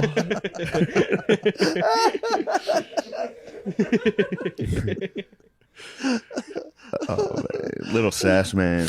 The best, dude. You didn't play baseball? You struck me as a baseball kid. I played like youth baseball. Yeah. Never high school. Do you play any high school sports? Through Jav for a season. Jab, dude. Yeah. That's Did you really? nice. Yeah, Jav was awesome. Well, Jav was how great. far were you tossing that thing? Not far. It was not. We weren't like a serious team. Okay. It was just like track was. There was no tryouts, so you would just sign up for track and field. did So that I in grade threw. school. I threw Jav for a bit. Threw shot put. No, I didn't throw shot put. I threw disc a couple times. Disc is nasty. Disc is awesome. Yeah, that's pretty sick. Disc is cool. I threw shot put because, there was no other shot putter on my grade school track team, so I made it to like the area championship. Yeah, that's exactly what would happen. I got smashed, dude. Yeah. You're like, I'm the best shot put thrower on earth. Dude, I There's thought like five dudes that thought throw I was shot put. Hercules. I was the only dude. I was Yeah. just tossing the Strongest guy fucking of all shot time. put. Yeah. You ever see that video of that guy getting racked in the nuts by a chick doing like the hammer throw? No. Pretty awesome. Yeah, Wait, they what's have. the They Guy have. standing like the judge standing directly next to it. It's the one where you like swing that. Oh, no. Right? Isn't that the hammer? Oh, that's not still. She lets go like right here. It just goes straight into a guy's crotch. I That's gotta literally, I thought there was an hurt event so where ladies much. just throw hammers as far as they can. I was like, never seen Yeah, they that don't even one. know what hammers are. Hell no. Like, what do you throw them? No, idiots. Have you ever done axe throwing? No. Never That's been. supposed to be tried it. crazy. Doesn't it? I have it- tried it. I always get scared because they said that it can bounce back. I've at seen you. videos. Yeah, of I've seen it them when they bounce. come back and almost hit people. I saw Yeah. Lemaire hitting the axe throw. He was at the Dave and Buster's hitting the axe throw. Yeah, at the DMB. While you were fucking hitting the fucking Star Wars, he was. Oh, you were on- axe throwing there? He was on the axe. How throw. were you on the axe? It was all right. It was pretty nice. I found the video of the lady hammer throwing the gym. Hammer throwing straight to the dick. Oh, It's pretty awesome, Yeah, right? it's pretty nice. That's pretty sick. Guys getting hit in the nuts is hilarious. You ever see that fat guy get hit in the nuts in the opening pitch? no. No. Oh man, they have like how they have like famous people do Yeah, the yeah. opening pitch. Yeah. Somebody just throws it terrible. There's just a fat photographer standing in the back, just straight into his nuts. Oh. Pretty wonderful. I've seen the videos of about the it. tennis That's dudes awesome. getting the ball boys. Ball boys getting Getting hit. smacked in the Yeah. nuts, and then they have to like for some reason I don't know what their like rules are, but they have to like pretend like it didn't Medieval- happen. What? Yeah, And tennis And they're just tennis like, has like medieval rules. yeah. Of like you're not allowed to make noise. You have to sprint, Yeah. get the ball, and then Yeah, So he gets Very weird. smacked in the nuts by like a ball going like 100 miles have per to be hour, like- and then he just has to Didn't hurt. stand there and just eat it, like nothing happened. fat guy getting hit. Awesome. Unbelievably funny video. God damn. Yeah, tennis is. I mean, he's fat and gets hit in the nuts, dude. Yeah, that's kind of not. Fat guys falling is another Fat one. guy's that's falling. Fat guy falling on a German Shepherd, taking a shit on the sidewalk. yeah. One of my favorite videos of all time. I tried to do that as like material. I remember we were at Ferg's, Isn't that what it was called? The upstairs place? Yeah. I was just sitting there like showing you and Blizz that video on repeat, and I was like, there's my material for the night. Yep. I got on stage, I was like, there's a fat guy. This is German Shepherd takes the shit. People in Philly were like, this guy's next. This is unbelievable. He's describing gets up. YouTube videos again. Just back down. Yeah. That is one of the funnier videos. Fat guy falling, just his fat foot slides out on a giant pile of shit.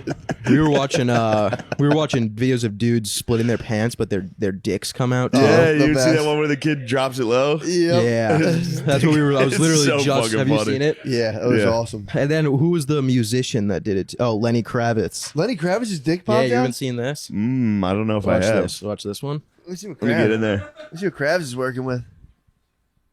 Definitely a hammer. God. Ready? What? Dick's coming out on Called stage. it.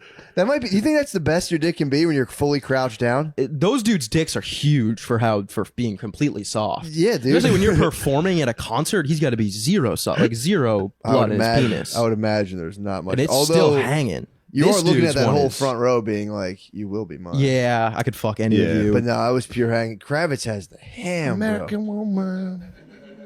That fucking gay dude dancing when his pants. yeah, I have it fucking right huge now. cock. This one's so fucking Yeah, that funny. was great.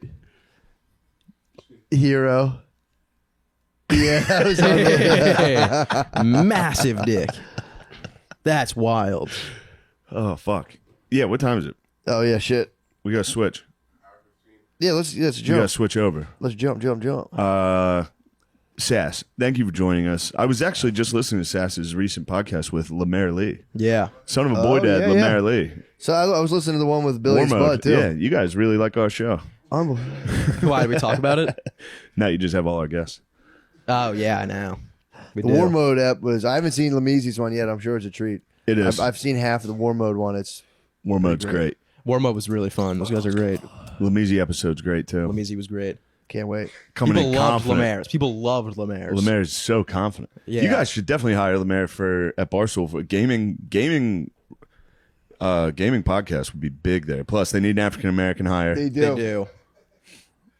Black nerd would be sick, dude. You get and you were saying that all the big fight video game guys live in New York. Yeah, they all live in New York. You could bring them in, Yeah. challenge them, get your ass beat every week. My dream. Just get domed by fucking alpha nerds.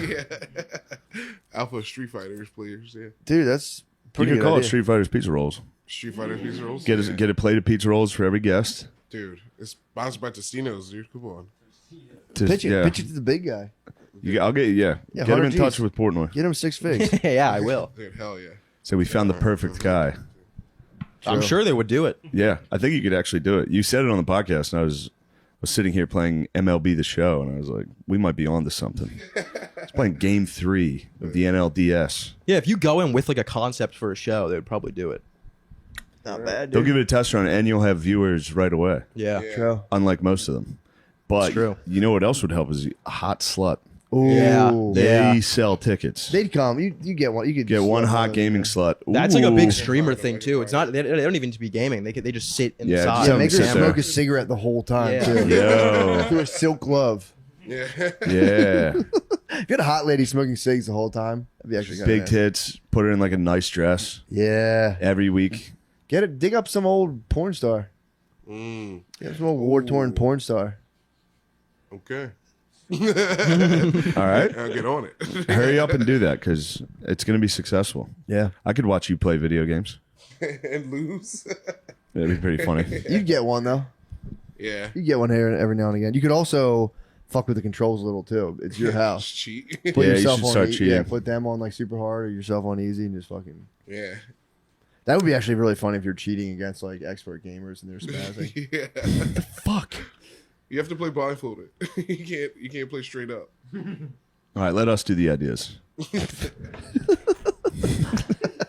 All right. Sass. Thank Sass, you, bro. What Yeah, a, thanks what for a having treat me. to have you, buddy. Thank you guys. Appreciate it. You're welcome to stay if you want. Yeah, we're into the Patreon. patch. All right, we're going to go to the Patreon. Thank you. Bye.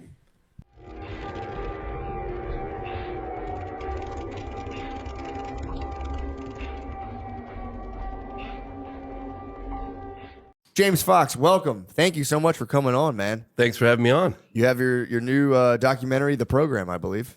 Yes, it drops. It dropped today. Dude, that's dropping crazy. right now. How about the timing, dude? You couldn't have planned that better with the goddamn fucking... I literally Drones had an flying. Air Force colonel text me and he goes, "So, what's up with the promotion? You managed to get a full-on alien invasion on the release of your film. How did you coordinate that?" Hey, man, there's just larger forces at play, so that's all that is. Yeah, no, Thank God. I welcome it. I mean, For sure. within reason. Yeah, for sure. So I don't want people to panic. Yeah, well, dude, here's so to be honest, I was watching the documentary last night, and I was just like on the way to a holiday party, and I got really stoned from a vape pen. I haven't been smoking like that, and I was just like launched, and I started watching your documentary, and I just started bugging out. I started thinking about just the vastness of the cosmos, and just kind of the the inevitability of there's got to be some other sort of consciousness or life form out there. And it's like, I was bugging. I was like with my wife, and I was like, dude, turn it off. I'm freaking out right now. At what point did you turn it off? When we got to that the NASA conference or before? It was before that, but we were. I just started thinking about it because it was all these like, there's these like Congress meetings and all these people, and it was like the line that I don't know if it was from that or someone said it, but it's like, why would these people put their credibility at risk for no Absolutely. reason? No, come on. There's a there. Yeah, so it's like, and so just tell us a little bit about the documentary. How did you get into all that, and like what kind of like launched you into identifying the UAPs now, not UFOs? Yeah, well, yeah. So UFOs, unidentified flying objects, and it went to UAP, unidentified aerial phenomenon, and then it because they're coming in and out of the oceans as well, they changed it to unidentified anomalous That's the phenomenon. one, That's yeah. where we're at right So now. to me, it's like they're just making it harder and harder to say to obscure the truth. That's what I'm coming. It's like you unidentified alarm. I can't even say it. So I'm like, now I'm out of the race. And UFOs had a bit of baggage. There was always sort of that knee-jerk reaction when you mentioned UFO. So I think they wanted to kind of, Stoner steer away stuff, from yeah. that. Yeah, it was stoner stuff. Yeah, get into the UAP stuff. And it was really funny. I think it was today or it was last night. Senate Majority Leader Schumer is being like hammered in the press. I don't know if you've seen it yet or not. And the guy's like, "You don't know what it is. Therefore, it's a UAP. You wrote the legislation. Don't you remember?" Like, he's like, "Well, we don't know what they are. Therefore, it's a UAP." He was but they probably wanted to say the probably word. so blazed when he wrote the legislation. They want to say drones because UAP has people freaking out. Charged, yeah. And it's so funny too because they're going, "Well, we have absolutely no idea what it is, but everyone's fine. Everything's safe. There's nothing to worry about here." Sure. So there are just like tons of drones popping up, and everyone's freaking out because nobody knows whose they are. I initially, on first look, I was like, "Oh, it sounds, conventional," because UAP demonstrated technology that's sort of light years advanced from anything we have. But then I started doing a little deeper dive, and I'm hearing reports that they're evading the military, radar, FLIR. They go dark. They have a loiter time of hours and hours and hours. Then the Coast Guard reported being followed over the ocean. I mean, it just something weird is going on. I don't know exactly what it is or who's behind it, but people are scratching their heads. That would be crazy if it truly was like an alien consciousness, but this was their like mall kiosk of them like flying around holiday toys and being like, "Check this out!" And everyone's freaking out. Watch us freak out the humans. Look at them run. So just take us through. You don't have to obviously give the whole documentary away, but it's like, how did you get into that, and like how, like to what depth does this whole phenomenon go? Because like you were saying, that when I grew up, it was just like aliens, and you'd get a poster with black lights of an alien being like, "Peace, man." Right. But yeah, the more you hear about it, like they just came out of nowhere. Like the government, I feel like a couple years ago was like, "Oh, by the way, aliens are probably real," and everyone was just like, "What the fuck? What are you guys doing right now?" Yeah. Well, I mean, so how that came about, I'll back up a little bit and tell you how I got into it. And I had a father who was a journalist. He was a quadriplegic with MS. And so at a very early age, I was traveling around the world with him because I was his legs, I was his chauffeur, I was his nurse, his secretary, we just traveled together. He was a mainstream journalist. We interviewed people like Stephen Hawking and race car legend Dan Gurney and just did a lot of cool stuff together. And so I had a sneak preview into journalism pretty early on in my life. through my dad. And then I had a high school buddy of mine that when we graduated, we were 18 and we flew to Europe and we bought a used car, Renee Harris, and we bought a used car, drove from London down to Portugal. We were really close, man. We were like brothers. And then we parted ways for like a year or two as things done. He had different things going on, whatever. And then I, reunited with him. And he was suddenly into this whole UFO thing. And I was like, oh, God, Renee, man. Like, I remember thinking, I'm going to have to cut my best friend loose. Yeah. Like, this is really unfortunate, And he was talking about Roswell and UFO crash and alien bodies. And I honestly thought he'd lost his mind. I mean, I really did. Yeah. What year was this roughly? Probably 93. Yeah. Maybe 94, 93. You were looked at as crazy Oh, back absolutely. then for it. And so anyway, I was apprenticing at a video production company, and I went into work, and I was telling my buddy Richard Van Sickle about it, and I had really looked up to. He was 10 years my senior and really professional, great guy. And I was like, oh man, my really good friend is like suddenly gone off on the deep end. He's into UFOs and aliens and spaceships that crashed in Roswell. And my buddy Richard looks at me and goes, you didn't know about Roswell? I was like, how would I know about Roswell? No, I don't know about Roswell. How would I know about Roswell? He goes, well, the government actually admitted that they did recover a fly. Really? He goes, yeah, check it out. Like, they actually admitted it. And then the very people that were involved in the cover-up came forward on camera before they died saying it was original. The original press release was correct. So I was like, oh my gosh. I started looking into it. Went to a few conferences, met a few military guys, and I was like, God, maybe there's something going on here. Mm-hmm. And so I told my dad, I was like, I was doing video production at the time, and I was doing PSAs and things of that sort. And I was like, I think I'm going to do a documentary on UFOs. And my dad was like, oh my God, please, son, don't do that. He literally said it's a dead end street. There's nothing to it. You're wasting your life. Please. And not only did he was begging me, he had all of my other members, because I was born in England, of the family, writing me letters saying, your dad is very concerned about you. Oh, you were getting like English letters about it. Don't do it. That'd be a tough. Just like a scolding. Just like I've been reading Bertrand Russell's autobiography, and there's a lot of like English letters, and they're pretty. Yeah, they'll get you, man. Anyway, a stinging letter. My grandmother used to call me a rapscallion, you hooligan, you skiver, breaking into the house at all hours of the morning. Yeah, she was. So hilarious. Your whole family's. So my family's like, please reconsider. Your dad's very concerned, and I just was like, well, I'm of course being a Taurus, I'm a bit stubborn.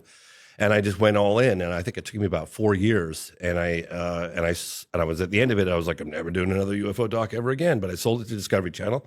It aired on Learning Channel, and I kind of got the last laugh. And then I got invited to Russia, and because I got invited to Russia, which I ended up going in the late '90s and meeting with generals and cosmonaut Pavel Popovich. And then I got an invitation to meet with Mercury astronaut Gordon Cooper, because I've been trying to get interviews with him on my first doc. And then all of a sudden I was like, well, I guess I'm doing another doc, because I got all these amazing interviews and I went to Russia and stuff. And so I did another one, and that one was called Out of the Blue. And that took me 5 years. Okay. And I finished that and I said, never again. I remember my partner was in a fetal position crying, and his wife's like, you're killing my husband. Like, stop. What was wrong with him? We were pushing each other so hard, so hard to do a good doc, right? Mm-hmm. It's like you just get to the end and I'd been there myself. You're broken. Yeah. And so I was like, well, I guess the documentary's done, because I didn't really feel like it was where it needed to be. But we were all out of steam. We were out of money. I pushed my partner to the brink of death. And his wife was screaming at me, so I was like, all right. So then we sold that to NBC Universal, and it aired as a 2-hour special on the Sci-Fi Channel. And then 3 years later, I owned the rights again, and I was like, I'm gonna pick this back up and make it to the film I always wanted it to be. So I spent a couple more years on Out of the Blue, and I released that as a director's cut. And in the process of that, I broke a big story with the governor of Arizona, Fife Symington, who there's a very famous Phoenix Lights case that happened in March 13th, 1997. And the governor poo-pooed it at the time. And then 10 years later, I met up with him. It's like, why did you poo-poo it? You had one of your aides dressed up as an alien. He came and mocked the whole thing, and all your, constituents were upset. And he admitted that he saw it too. So then that happened and exploded in the headlines. What did he see? Oh, he saw the lights. Oh, he saw a craft. He saw a big, all connected boomerang shape. He said it must have been a mile from wingtip to wing across because it was so big. Why did he poo-poo it though? He said that there was overwhelming fear, like people were just freaking out. He contacted the local Air Force Base, Luke Air Force Base. He contacted the Pentagon, and they all shrugged their shoulders, according to him, and said, "We don't know what the hell that thing was." What? So anyway, I broke that story, and then I got. I hope you don't mind. I'm giving you a longer version of this. No, I like it, dude. Yeah. So I broke that story, and it catapulted me into the limelight. I mean, we were on all the talk shows, Larry King Live, with the governor, and I thought, gosh, this would be a really good time to capitalize on this attention because media coverage is very fleeting, and it only happens. You're lucky if it happens once in a lifetime. So I was like, hey, let me capitalize on this, and let me do an event at the National Press Club. And so I did with my friend Leslie Kane, and it was 2007, and we flew in 14 military and government officials from 7 countries and held an event at the National Press Club. And I shot the whole thing on HD, and then I ended up making a movie about that, which I sold to A&E called I Know What I Saw, and it was a 2-hour History Channel special. So then I was just like, I'm done with UFOs. Like, I'm done. Yeah. And one of the things I've learned is never say never, because I've said that so many times in the past. But then I stepped away from it for a little while. Excuse me. I did a film on the BP oil spill in 2010. And then Has that ever gotten cleaned up? Are the waters good now from that? 'Cause I don't know if they're gonna realize the long-term environmental impacts, because they were pumping Corexit 5,000 feet down into the oil, trying to keep it like from surfacing, because they get fined for all the surface oil. Oh, really? So if they hide it with the Corexit, which they'd never done subsea injection before, so they did that. And They just blanket it down on the bottom. Basically. they dumped more Corexit into the Gulf ever before, more than they'd ever done anywhere. It was a huge lab test in the Gulf. Yeah. Oh yeah. I've been In fact, personally boycotting BP forever since that. So I won't give the gas. So I think it hurts there's only 2 times where I've almost been killed. I've been threatened to be killed in all my filmmaking years. One of them was when I did the BP oil spill film. There was a fisherman. He was head of fisheries for a number of different states. And he met with me secretly, and he was giving me photographs of the fish impact that it was having on these species from the Corexit and the oil. And they had like cysts and boils and just disgusting. fuck. He gave me these photographs, and he goes, "You reveal my identity, boy, I'm gonna hunt you down and slit your throat. Do we have an understanding?" I said, "Yes, sir, we do." And he wasn't kidding. He was like, he goes, "Because I run the fisheries, I'm shooting myself in the foot along with a lot of other people, but I can't in good conscience let the people Right. eat this stuff not knowing what's going on, like turn a big lab experiment." The other time I almost got shot in the face is when I was making Moment of Contact. I don't know if you ever saw that film. It's about a UFO crash in Brazil. I was there with my buddy Marco Leal for like 12 years on and off, and I made a film called Moment of Contact. It was released in 2022. Yeah, late 2022. And we tracked down a guy who'd been hiding for 26 years, who allegedly was driving the car during the second capture of a live alien. I know it sounds nuts. I'm with you. Hold on. Explain that. I don't know what you're talking about. It was a UFO crash Yeah. that took place in 1996 in Varginha, Brazil. I had been looking into it for 12 years. I didn't believe it when I first heard about it. In fact, I was making my first UFO documentary, my second UFO documentary out of the blue when I heard about the crash. It happened in 96. I was making it in like 99, 2000. That's when I started. I heard about it, but I was like, that's impossible. They don't have a UFO crash and live aliens walking through the town. No way. So I took 10 years before I even, like almost 10 years before I would even, actually, it was over 10 years before I would even look into it. And then I ended up spending about 12 years. But in any case, a UFO was spotted in trouble. It was a cylindrical shape object, like a cigar. It was like a aluminum kind of shape, no wings, no visible means of propulsion. It had, according to the witnesses that I interviewed, and they're all on camera, it had a gash in the back of it and it had sort of a white vapor coming out the backside. And it was definitely in trouble because all the people who claimed to have seen it said it was struggling to stay in the air. And then it eventually crashed. 2 days later in the town of Virginia, just a few miles away, people reported these strange creatures.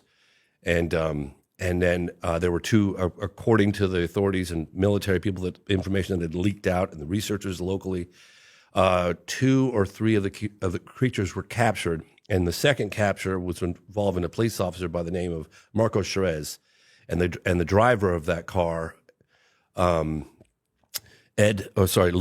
Eric Lopes, and Eric Cherez died within a couple of weeks of touching the creature. He manhandled it and took it to the local hospital. He got a weird infection and then died. Damn, dude, Yeah, really? Yeah, it's true. Hey, Do I take no a break alien there? music. Sorry about that. So the only other living witness to that second capture was the driver, Eric Lopes, who's also a police officer. And he was just driving. The other guy apprehended. Yeah, he was actually on duty that night, and they were told him be on the lookout for something strange, something real strange. They didn't say live aliens or anything like that. They just be on the lookout. We're looking for something. So he calls his buddy, Marco, who was actually off that night, Marco Cherez, and he's like, "Hey, I got this weird assignment tonight. Like they're saying there's something weird on the loose, or I don't know. You want to come with me?" So they team up. He jumps in the car. Off they go. They see it. It ran across the road in front of them, slammed the brakes on. Marco jumps out of the car, grabs the thing, puts it in the back of the car, takes it to Humanitas Hospital. What'd they say it looked like? Did they It was brown. You could look it up. Varginha creature. It was. It had a big head, big red eyes. It had brown, oily skin, frail, weak, struggling, suffering. Yeah. All the witnesses said. And then Marco Cherez had this like oily, greasy. He was like rubbing his body down with rubbing alcohol afterwards, and then he got this infection. We interviewed the doctors that worked on him. He died. And they couldn't explain it. They were like, they'd never seen anything like that bacteria ever. Somehow his body just had no defense against it, and he died.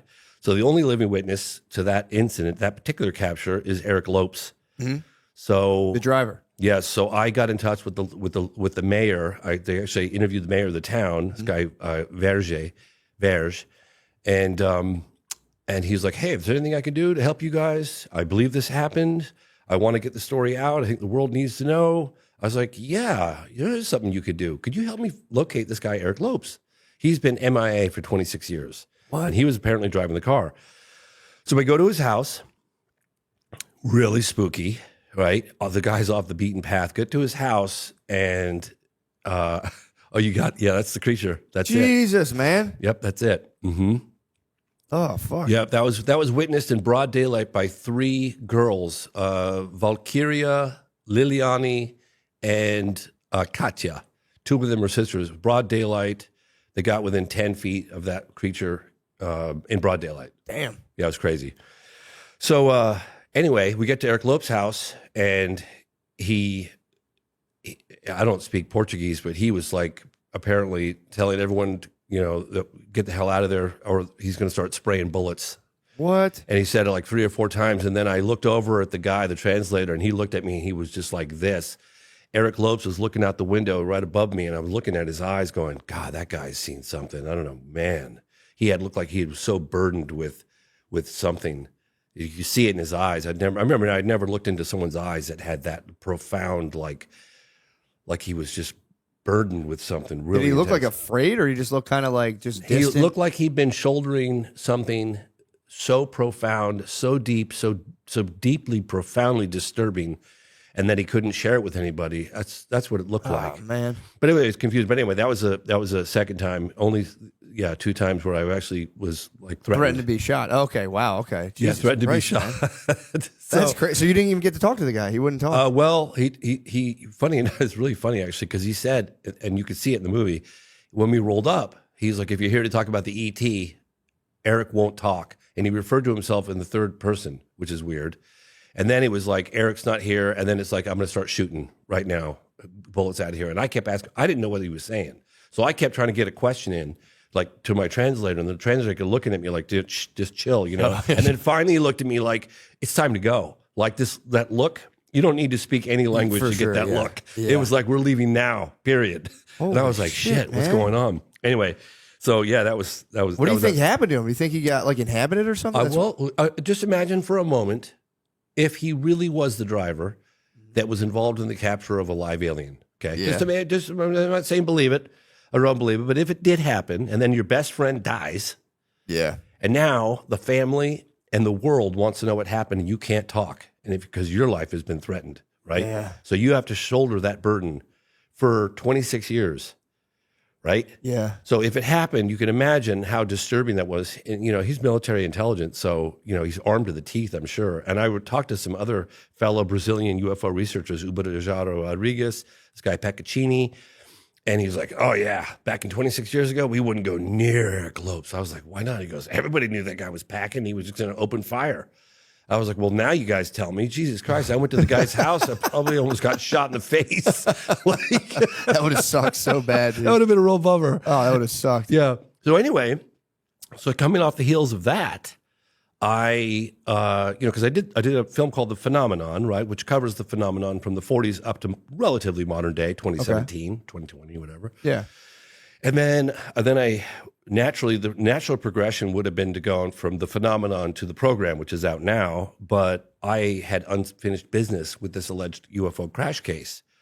And so I went back to Brazil like a fifth time, and I filmed Moment of Contact, right? And then at the very end of it all, and I totally believed it. In fact, I remember taking one of the audio guys, he lived in Rio de Janeiro, and this guy Guy, and he goes, oh, yeah, we heard about that story back 26 years ago. Nobody believes it. It's like, kind of like what Roswell, For sure, yeah. Then I took him on all the shoots, and he was like, holy shit, this happened, And I said, yeah, I wouldn't waste 12 years of my time if I didn't. Yeah. So at the last week or so of filming in Brazil, a flight control officer with the Brazilian military, because flight control, fire department, police, they're all connected to the military.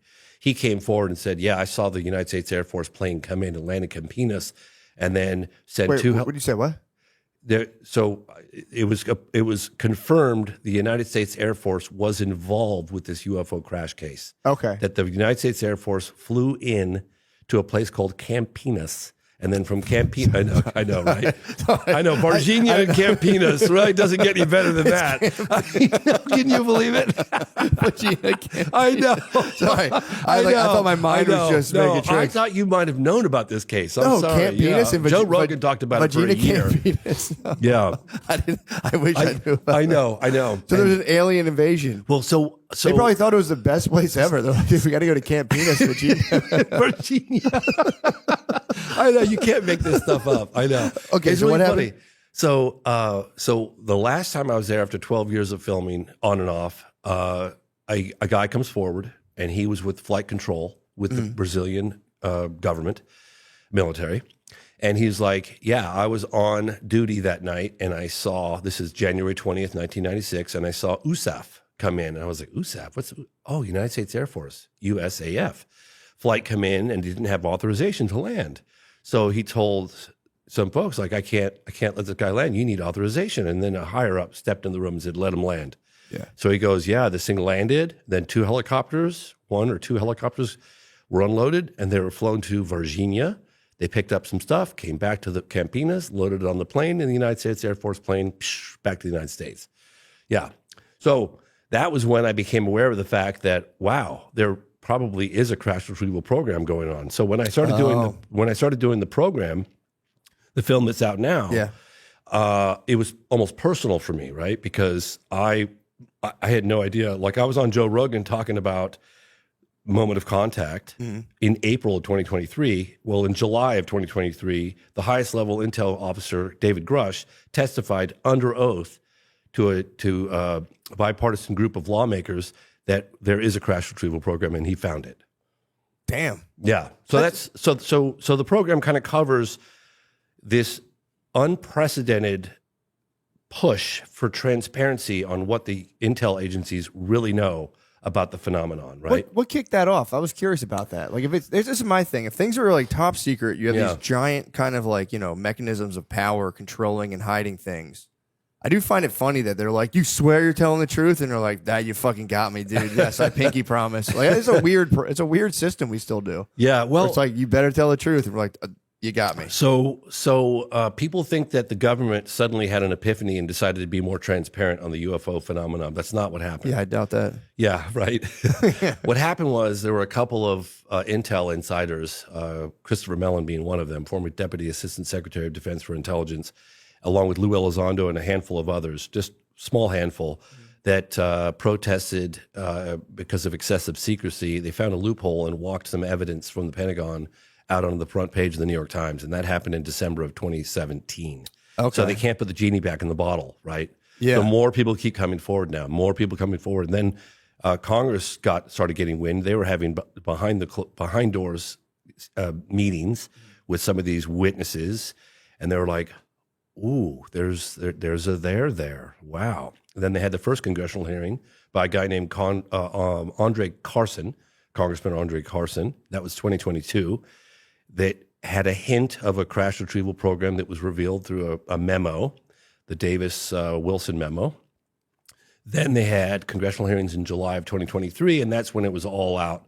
David Grush said, yeah, we have a crash retrieval program. And then recently, just a month ago, we had more congressional hearings, which I attended, and Lou Elizondo, who ran ATIP, or was one of the members on ATIP, he confessed under oath that there is a crash retrieval program. So they have been going around and scooping these things up. So there's Yes. things. So what do you say to people who are like, it's just super advanced military technology they're hiding from everybody? Well, if that's the case, that would be an even bigger story because somebody has kept it secret for over 80 years. Yeah, so, true, wow, yeah. okay, that's Yeah. cool. Yeah, no, I hear you. These things exhibit a technology that's just so beyond anything that we have in our arsenal. So, and what are the examples of like the technology that we can't really wrap our heads around? So you have objects that can hover without displaying any kind of visible means of propulsion. They can accelerate from a standstill to out of sight in the blink of an eye, right angle turns at high speeds, no sonic boom, no air disturbance, very little noise. Sometimes you'll hear a slight buzzing or humming noise, but that's it within certain proximity, some of the witnesses. And they fly rings around our fastest jets. I mean, like they make a mockery of our fastest jets. I mean, you could just talk to David Fravor about that, 2003 off the coast of San Diego. So, and I think the big secret is they don't know what it is. I mean, they know it's engineered, right? They know it's technological, but there's a psychic component to it as well. So it would be very difficult for any governing body to come forward and say, hey, ladies and gentlemen, my fellow Americans, it has been brought to our attention that there are structured craft of unknown origin whizzing around with impunity. They fly rings around our fastest jets, so we don't know who they are, where they come from, and if they turn out to be hostile, we have no visible means of defense against them. Thank you and good night. Yeah, true. Everyone would be like, fuck this. Everyone would be like, no! That's why right now, when they don't know what these drones are, they're calling them drones because drones is a little less scary than UAP, right? So they're calling them drones, but they're saying, you have nothing to fear, and yet we don't know what the hell they are. So that's a little strange, because how could you say what something isn't when you don't know what it is? Yeah, true. Isn't it funny how the people we love most are often the hardest to shop for? Luckily, there's one gift that everyone on your list is sure to enjoy, an Aura digital picture frame. Named #1 by Wirecutter, Aura frames make it incredibly easy to share unlimited photos and videos directly from your phone to the frame. And when you give an Aura frame as a gift, you can personalize and preload it with a thoughtful message and photos using the Aura app, making it an ideal present for long-distance loved ones. It's a gift so special, they'll use it every day. I mean, they want me to talk about the hunt for the perfect gift. Yeah, man, it is hard getting the perfect gift, and there's nothing better and selfless than just, giving a photo of yourself to a person. No, you're giving a photo. I'm joking around. It's the holidays. Everyone's having a tough time. Come on, please don't drop us, dude. All of our corporate sponsors are mad right now. Guys, it is nice your mother loves you so much, and your father, they just want to see your face. Just give them a picture of you and your brothers, dude, back when you were young and beautiful before you became old and decrepit. Yeah, so, I love it. My mom has one. She loves seeing it. Hey, Bill, I'm recording advertisements, dude. I know you broke your leg, but please. Yeah, so very good. Hey, guys, and if that's not personal enough, you can even upload a video message to play on the frame as soon as they plug it in. So the first thing they hear is your voice and how much you love them. Save on the perfect gift by visiting auraframes.com to get $35 off Aura's best-selling Carver mat frames by using promo code MSSP at checkout. That's auraframes.com, promo code MSSP. This deal is exclusive to listeners, so get yours now in time for the holidays. Terms and conditions apply. This episode is brought to you by BetterHelp. How do you stay cozy during the winter months? For some, wrapping up in a blanket with a mug of hot chocolate or watching a movie with the family is the best way to spend the month of December. Therapy is a great way to bring yourself some comfort that never goes away even when the season changes. I mean, what a beautiful message.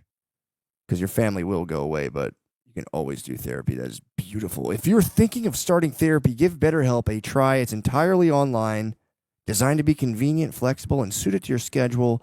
Just fill out a brief questionnaire to get matched up with a licensed therapist and switch therapist anytime for no additional charge. Find comfort this December with BetterHelp. Visit BetterHelp.com/MSSP today to get 10% off your first month. That's BetterHelp, HELP.com/MSSP. And guys, it is the holiday times. A lot of people get sad and freak out.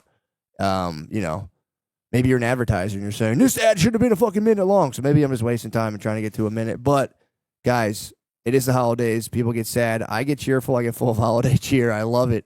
So I'm not sad during the holidays. I like the holidays, but some of you get very sad. So do what you need to do in terms of finding your supports. All right. You know what we all could use a little more of? Getting off asses.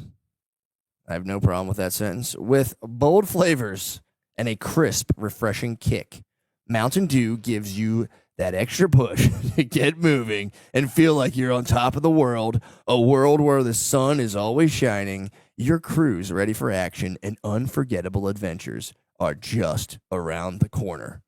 Call out your favorite flavor. I mean, obviously, guys, I'm classic. I'm keeping it cool on this one. My corporate partners were a little upset. So, I just want to keep it all business right now. This is a Mountain Dew. Check that out. Some of the verbiage is great tasting, refreshing, and has a citrus kick, which is very nice. Talk about what game/activity you'd play with friends. Honestly, I like to talk about that. I thought I was being pretty open and candid, with my branding partners, talking about what I was doing with my friends, but I don't know if they like my candidness or my candid nature. So I'm just going to say, me and my friends, we drink Mountain Dew, we hype each other up, we watch the game with each other. And then our wives come over, and I'm not going to talk about wife swapping or anything like that with our corporate partners, but we just have a good time, dude. Whatever, man. Just fucking do you, bro. The mountain is calling. You should answer. Grab your friends. Grab an ice-cold Mountain Dew wherever refreshing beverages are sold, and do the dew. Yeah, it is deeply unsettling to be like, because, human beings just have this idea we're kind of like top dog in the universe. Yeah, so it does know, right? threaten. It does threaten. I mean, I feel kind of weird. Like, what do you think I have two questions. Yes. What's the telepathic element you're talking about? I'll give you an example. There's examples like this that go on for decades. But David Fravor, the encounter that took place, it's now commonly referred to as the Nimitz case. It was off the coast of San Diego in 2003. And he chased this Tic Tac looking object. It had no wings, no propulsion. It could hover. It was hovering right over the ocean. He could see it down below. There was 2 military jets that saw it. Got 4 people that got visual. Then they picked it up on the radar, and they chased after it.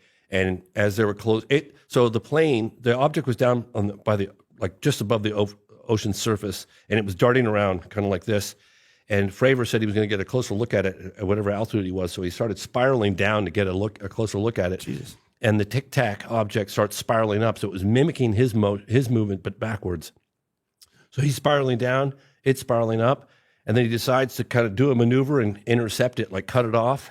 He gets right at it. He goes, this is about a quarter of a mile. And he goes, that sounds kind of far away, or half a mile, whatever it is. But in flight, it's very close. Yeah.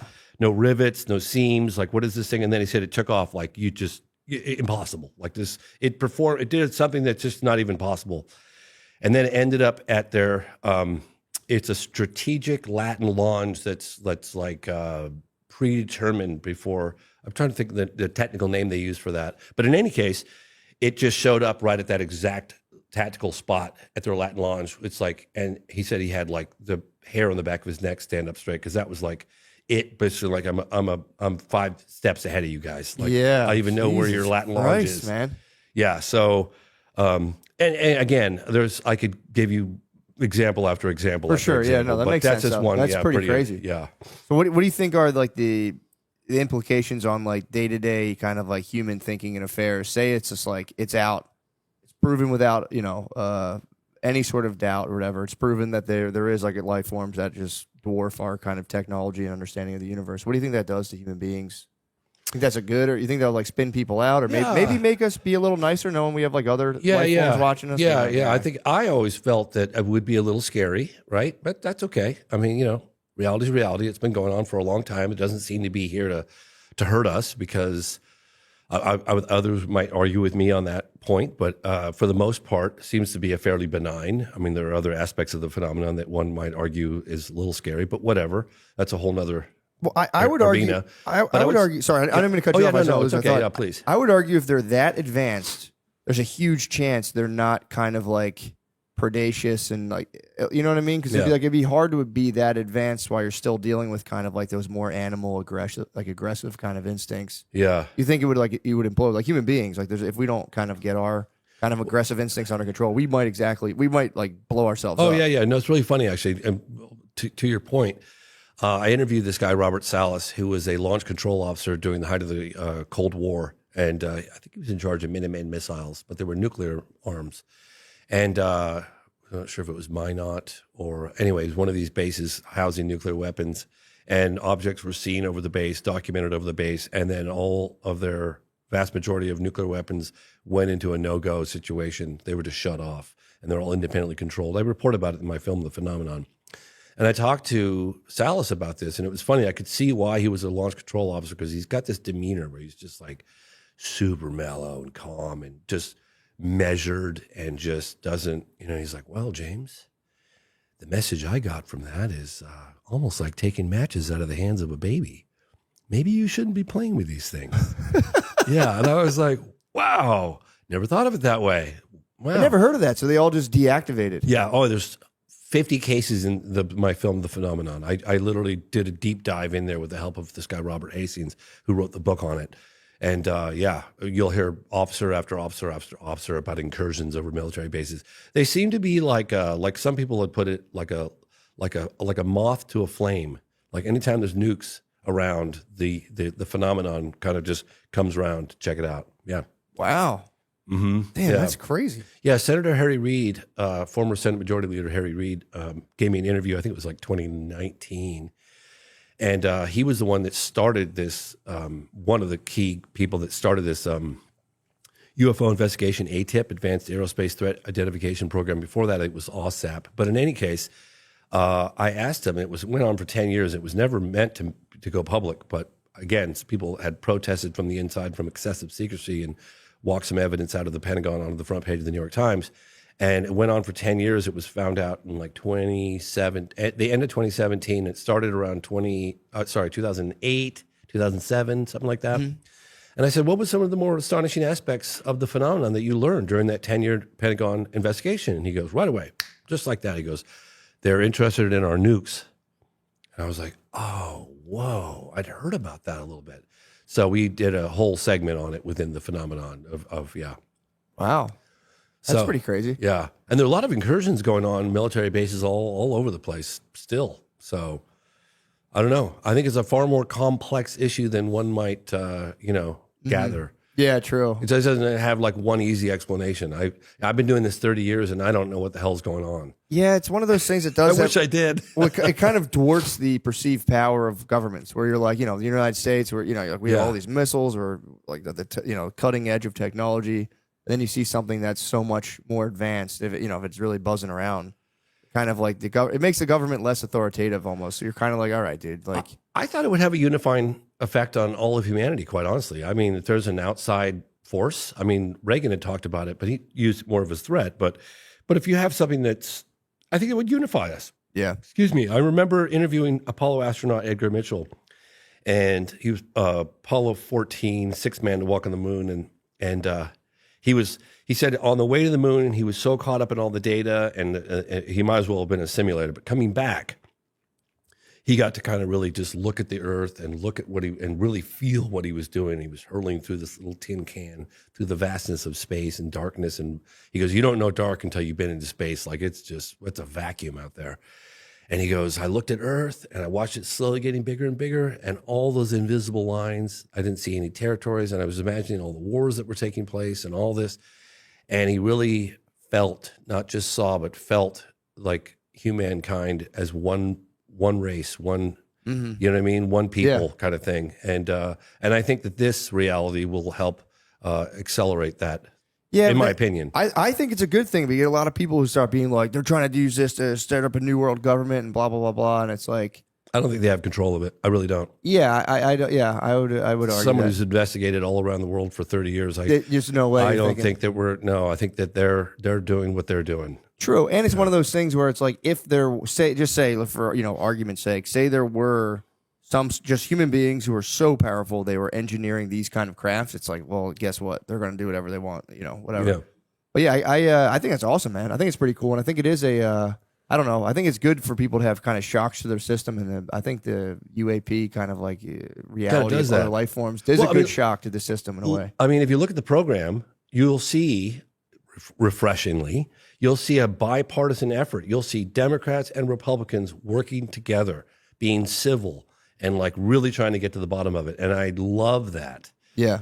About that, it's uniting Congress and our elected officials, no question about it. You're looking at AOC with Tim Burchett being really kind to each other and calling each other colleagues, and it's very I love that. I think we need more of it. Yeah, because you can get so into your like hometown versus a country. You're like ants on a hill. You're like, this is this huge place. Then you get a cosmic perspective, and you're like, right? Oh, fucking that's right. Nothing. They should send all politicians into space. They should. That'd be awesome. Or just give them a ton of LSD. There you go. Either or. Sure. Is it possible that this is it's us, but an ancient civilization? Like if Elon Musk or Bill Gates, if something happened now, they would just go into their bunkers, and they have huge bunkers, and their civilization would grow for thousands of years. And everybody else on top, we decelerate and we become back to cavemen. And now 12,000 years later, they're finally coming to the surface again. But it's us, just a more advanced civilization that was able to keep going. I've heard that theory, and one of the things that I'm coming to terms with is that all options are on the table as far as I'm concerned. I mean, I've heard interdimensional, I've heard future, coming back from the future. I've heard interplanetary. I've heard they're right here all along, down in our oceans and in specific locations around the world. And I can't say no to any of them. I have to keep all options on the table. And at one point jokingly said, "It's a huge universe." I said, maybe it's all the above. Maybe it's not just one race. Maybe it's a number of different things. It's one of the reasons why I showed some incredible Hubble telescope photography from space and galaxies. And one photograph in particular from NASA is they look like almost stars. There's so many of them, but then you realize they're not stars. You're looking at galaxies, and each one of those galaxies has like 400 billion stars, right? And it's like, and you're looking at all these pinpoints of light, and those are all galaxies, and you're thinking, you got to be kidding me. That's just incomprehensibly big, right? It's like, and we're just like, there's more stars. There's 10,000 times more stars than there are grains of sand on all the beaches in the world.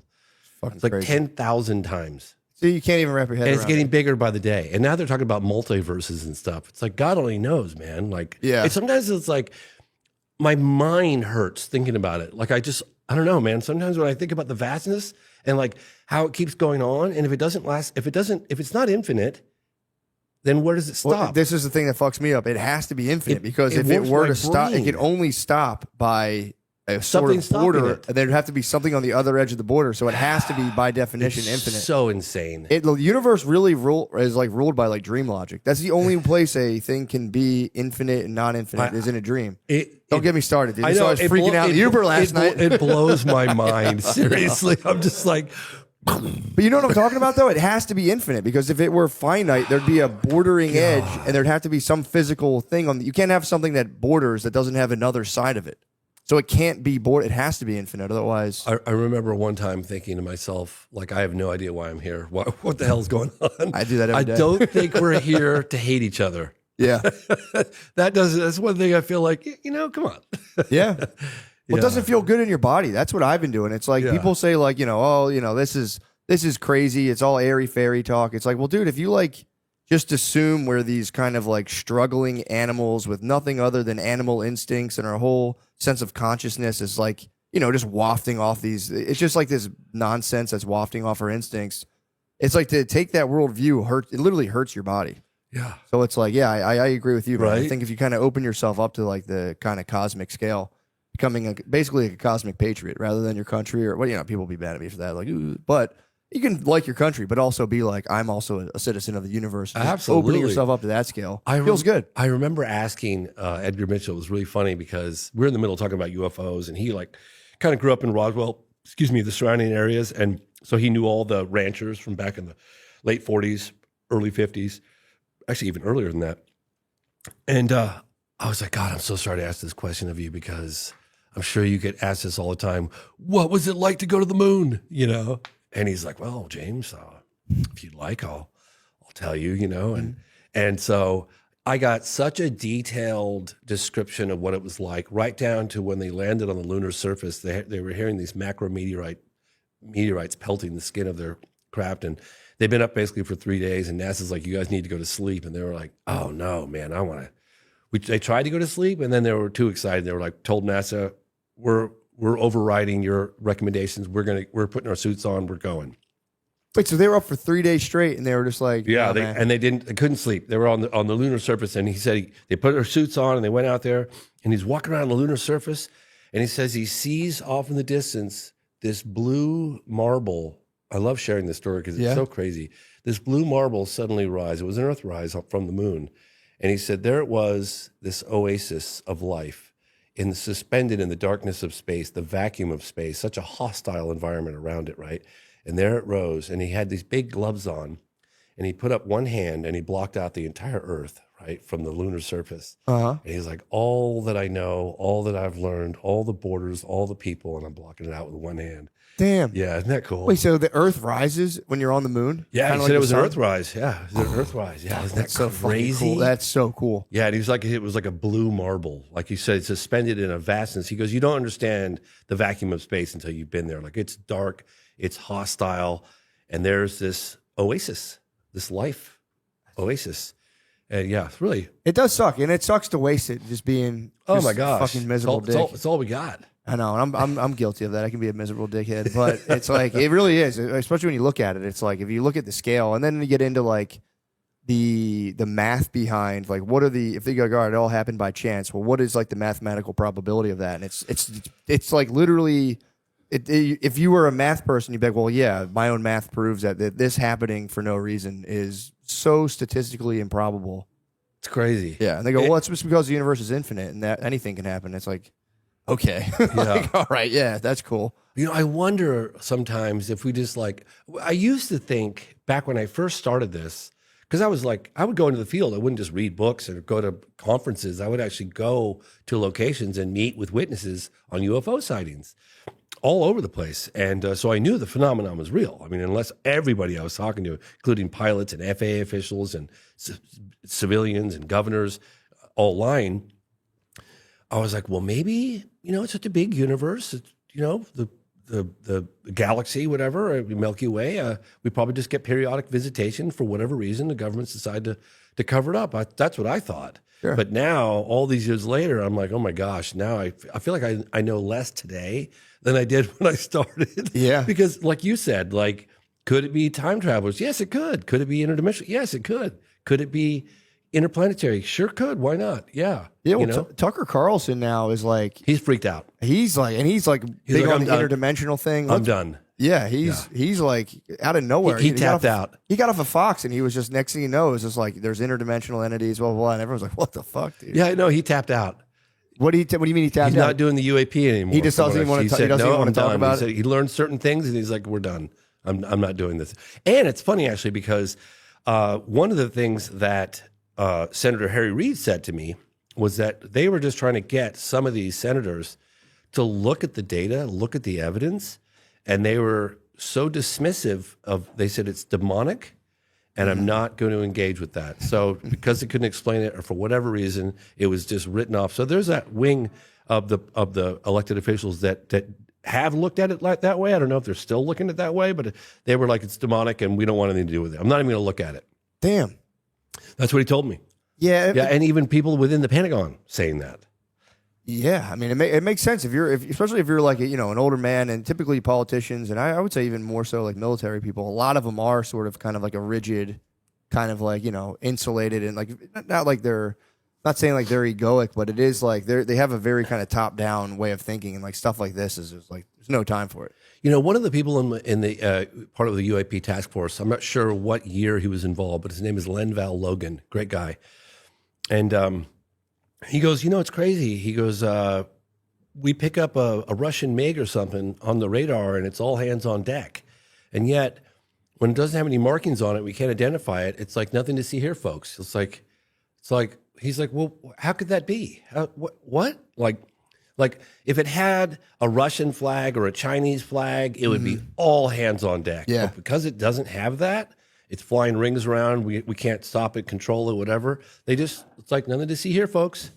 Yeah. Oh, that's kind of nuts. That's what he said. Yeah. There's got to be some sort of directive. Like I said, if you're military, there's rules for everything. So to be like, we'll get that He's later. like, how can that be? I was like, it's a great quote. It's one of the quotes at the end in the credit. I always like to, when I'm editing a film, I'll get a lot of what I call GMs or golden moments. And I always paint those. I color those like a gold color.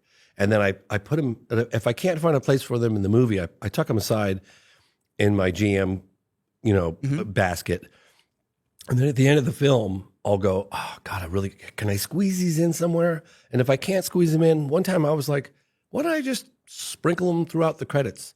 So now I always love doing that. What I'll do is I'll get my little GMs, and that moment with Lenval Logan, who's part of the UAP task force, is sprinkled in the credits at the end. So that's awesome. If you do watch the program, watch it all the way through the end, because there's lots of cool stuff sprinkled throughout the credits. That's awesome, man. Yeah, isn't that fun? That is a good idea. Yeah. Damn, man. So we'll wrap this up. I think this has been awesome, by the way. Thank you. Oh, cool. Thanks. My question is, so say if somebody, the biggest doubting Thomas, or one of the, if someone pretty close-minded is like, I don't even want to think about this stuff. Do you have like one kind of like silver bullet you'd be like, check this out? Or would you just? I would have to say that if you watch the program and you still think there's nothing to it, I think that's going to be nearly impossible. I really do. Okay. Just because of the bipartisan effort, the congressional hearings, people testifying under oath, some of the video photographic cases and radar. And look, the DOD's, begrudgingly admitting that the phenomenon's real. They're not lying anymore about that. Yeah. Right? I mean, they're trying to control how this stuff comes out, but it's happening. It's coming out. Okay. So one can speculate all day long as to where it's coming from and what's its objective or agenda. That's up for speculation, but the phenomenon is real and it defies a conventional explanation. Awesome. Dude, thank you so much, James. Appreciate Thanks it. for doing this, man. Of course. Watch the program. Thank you, James. Of course. Later on.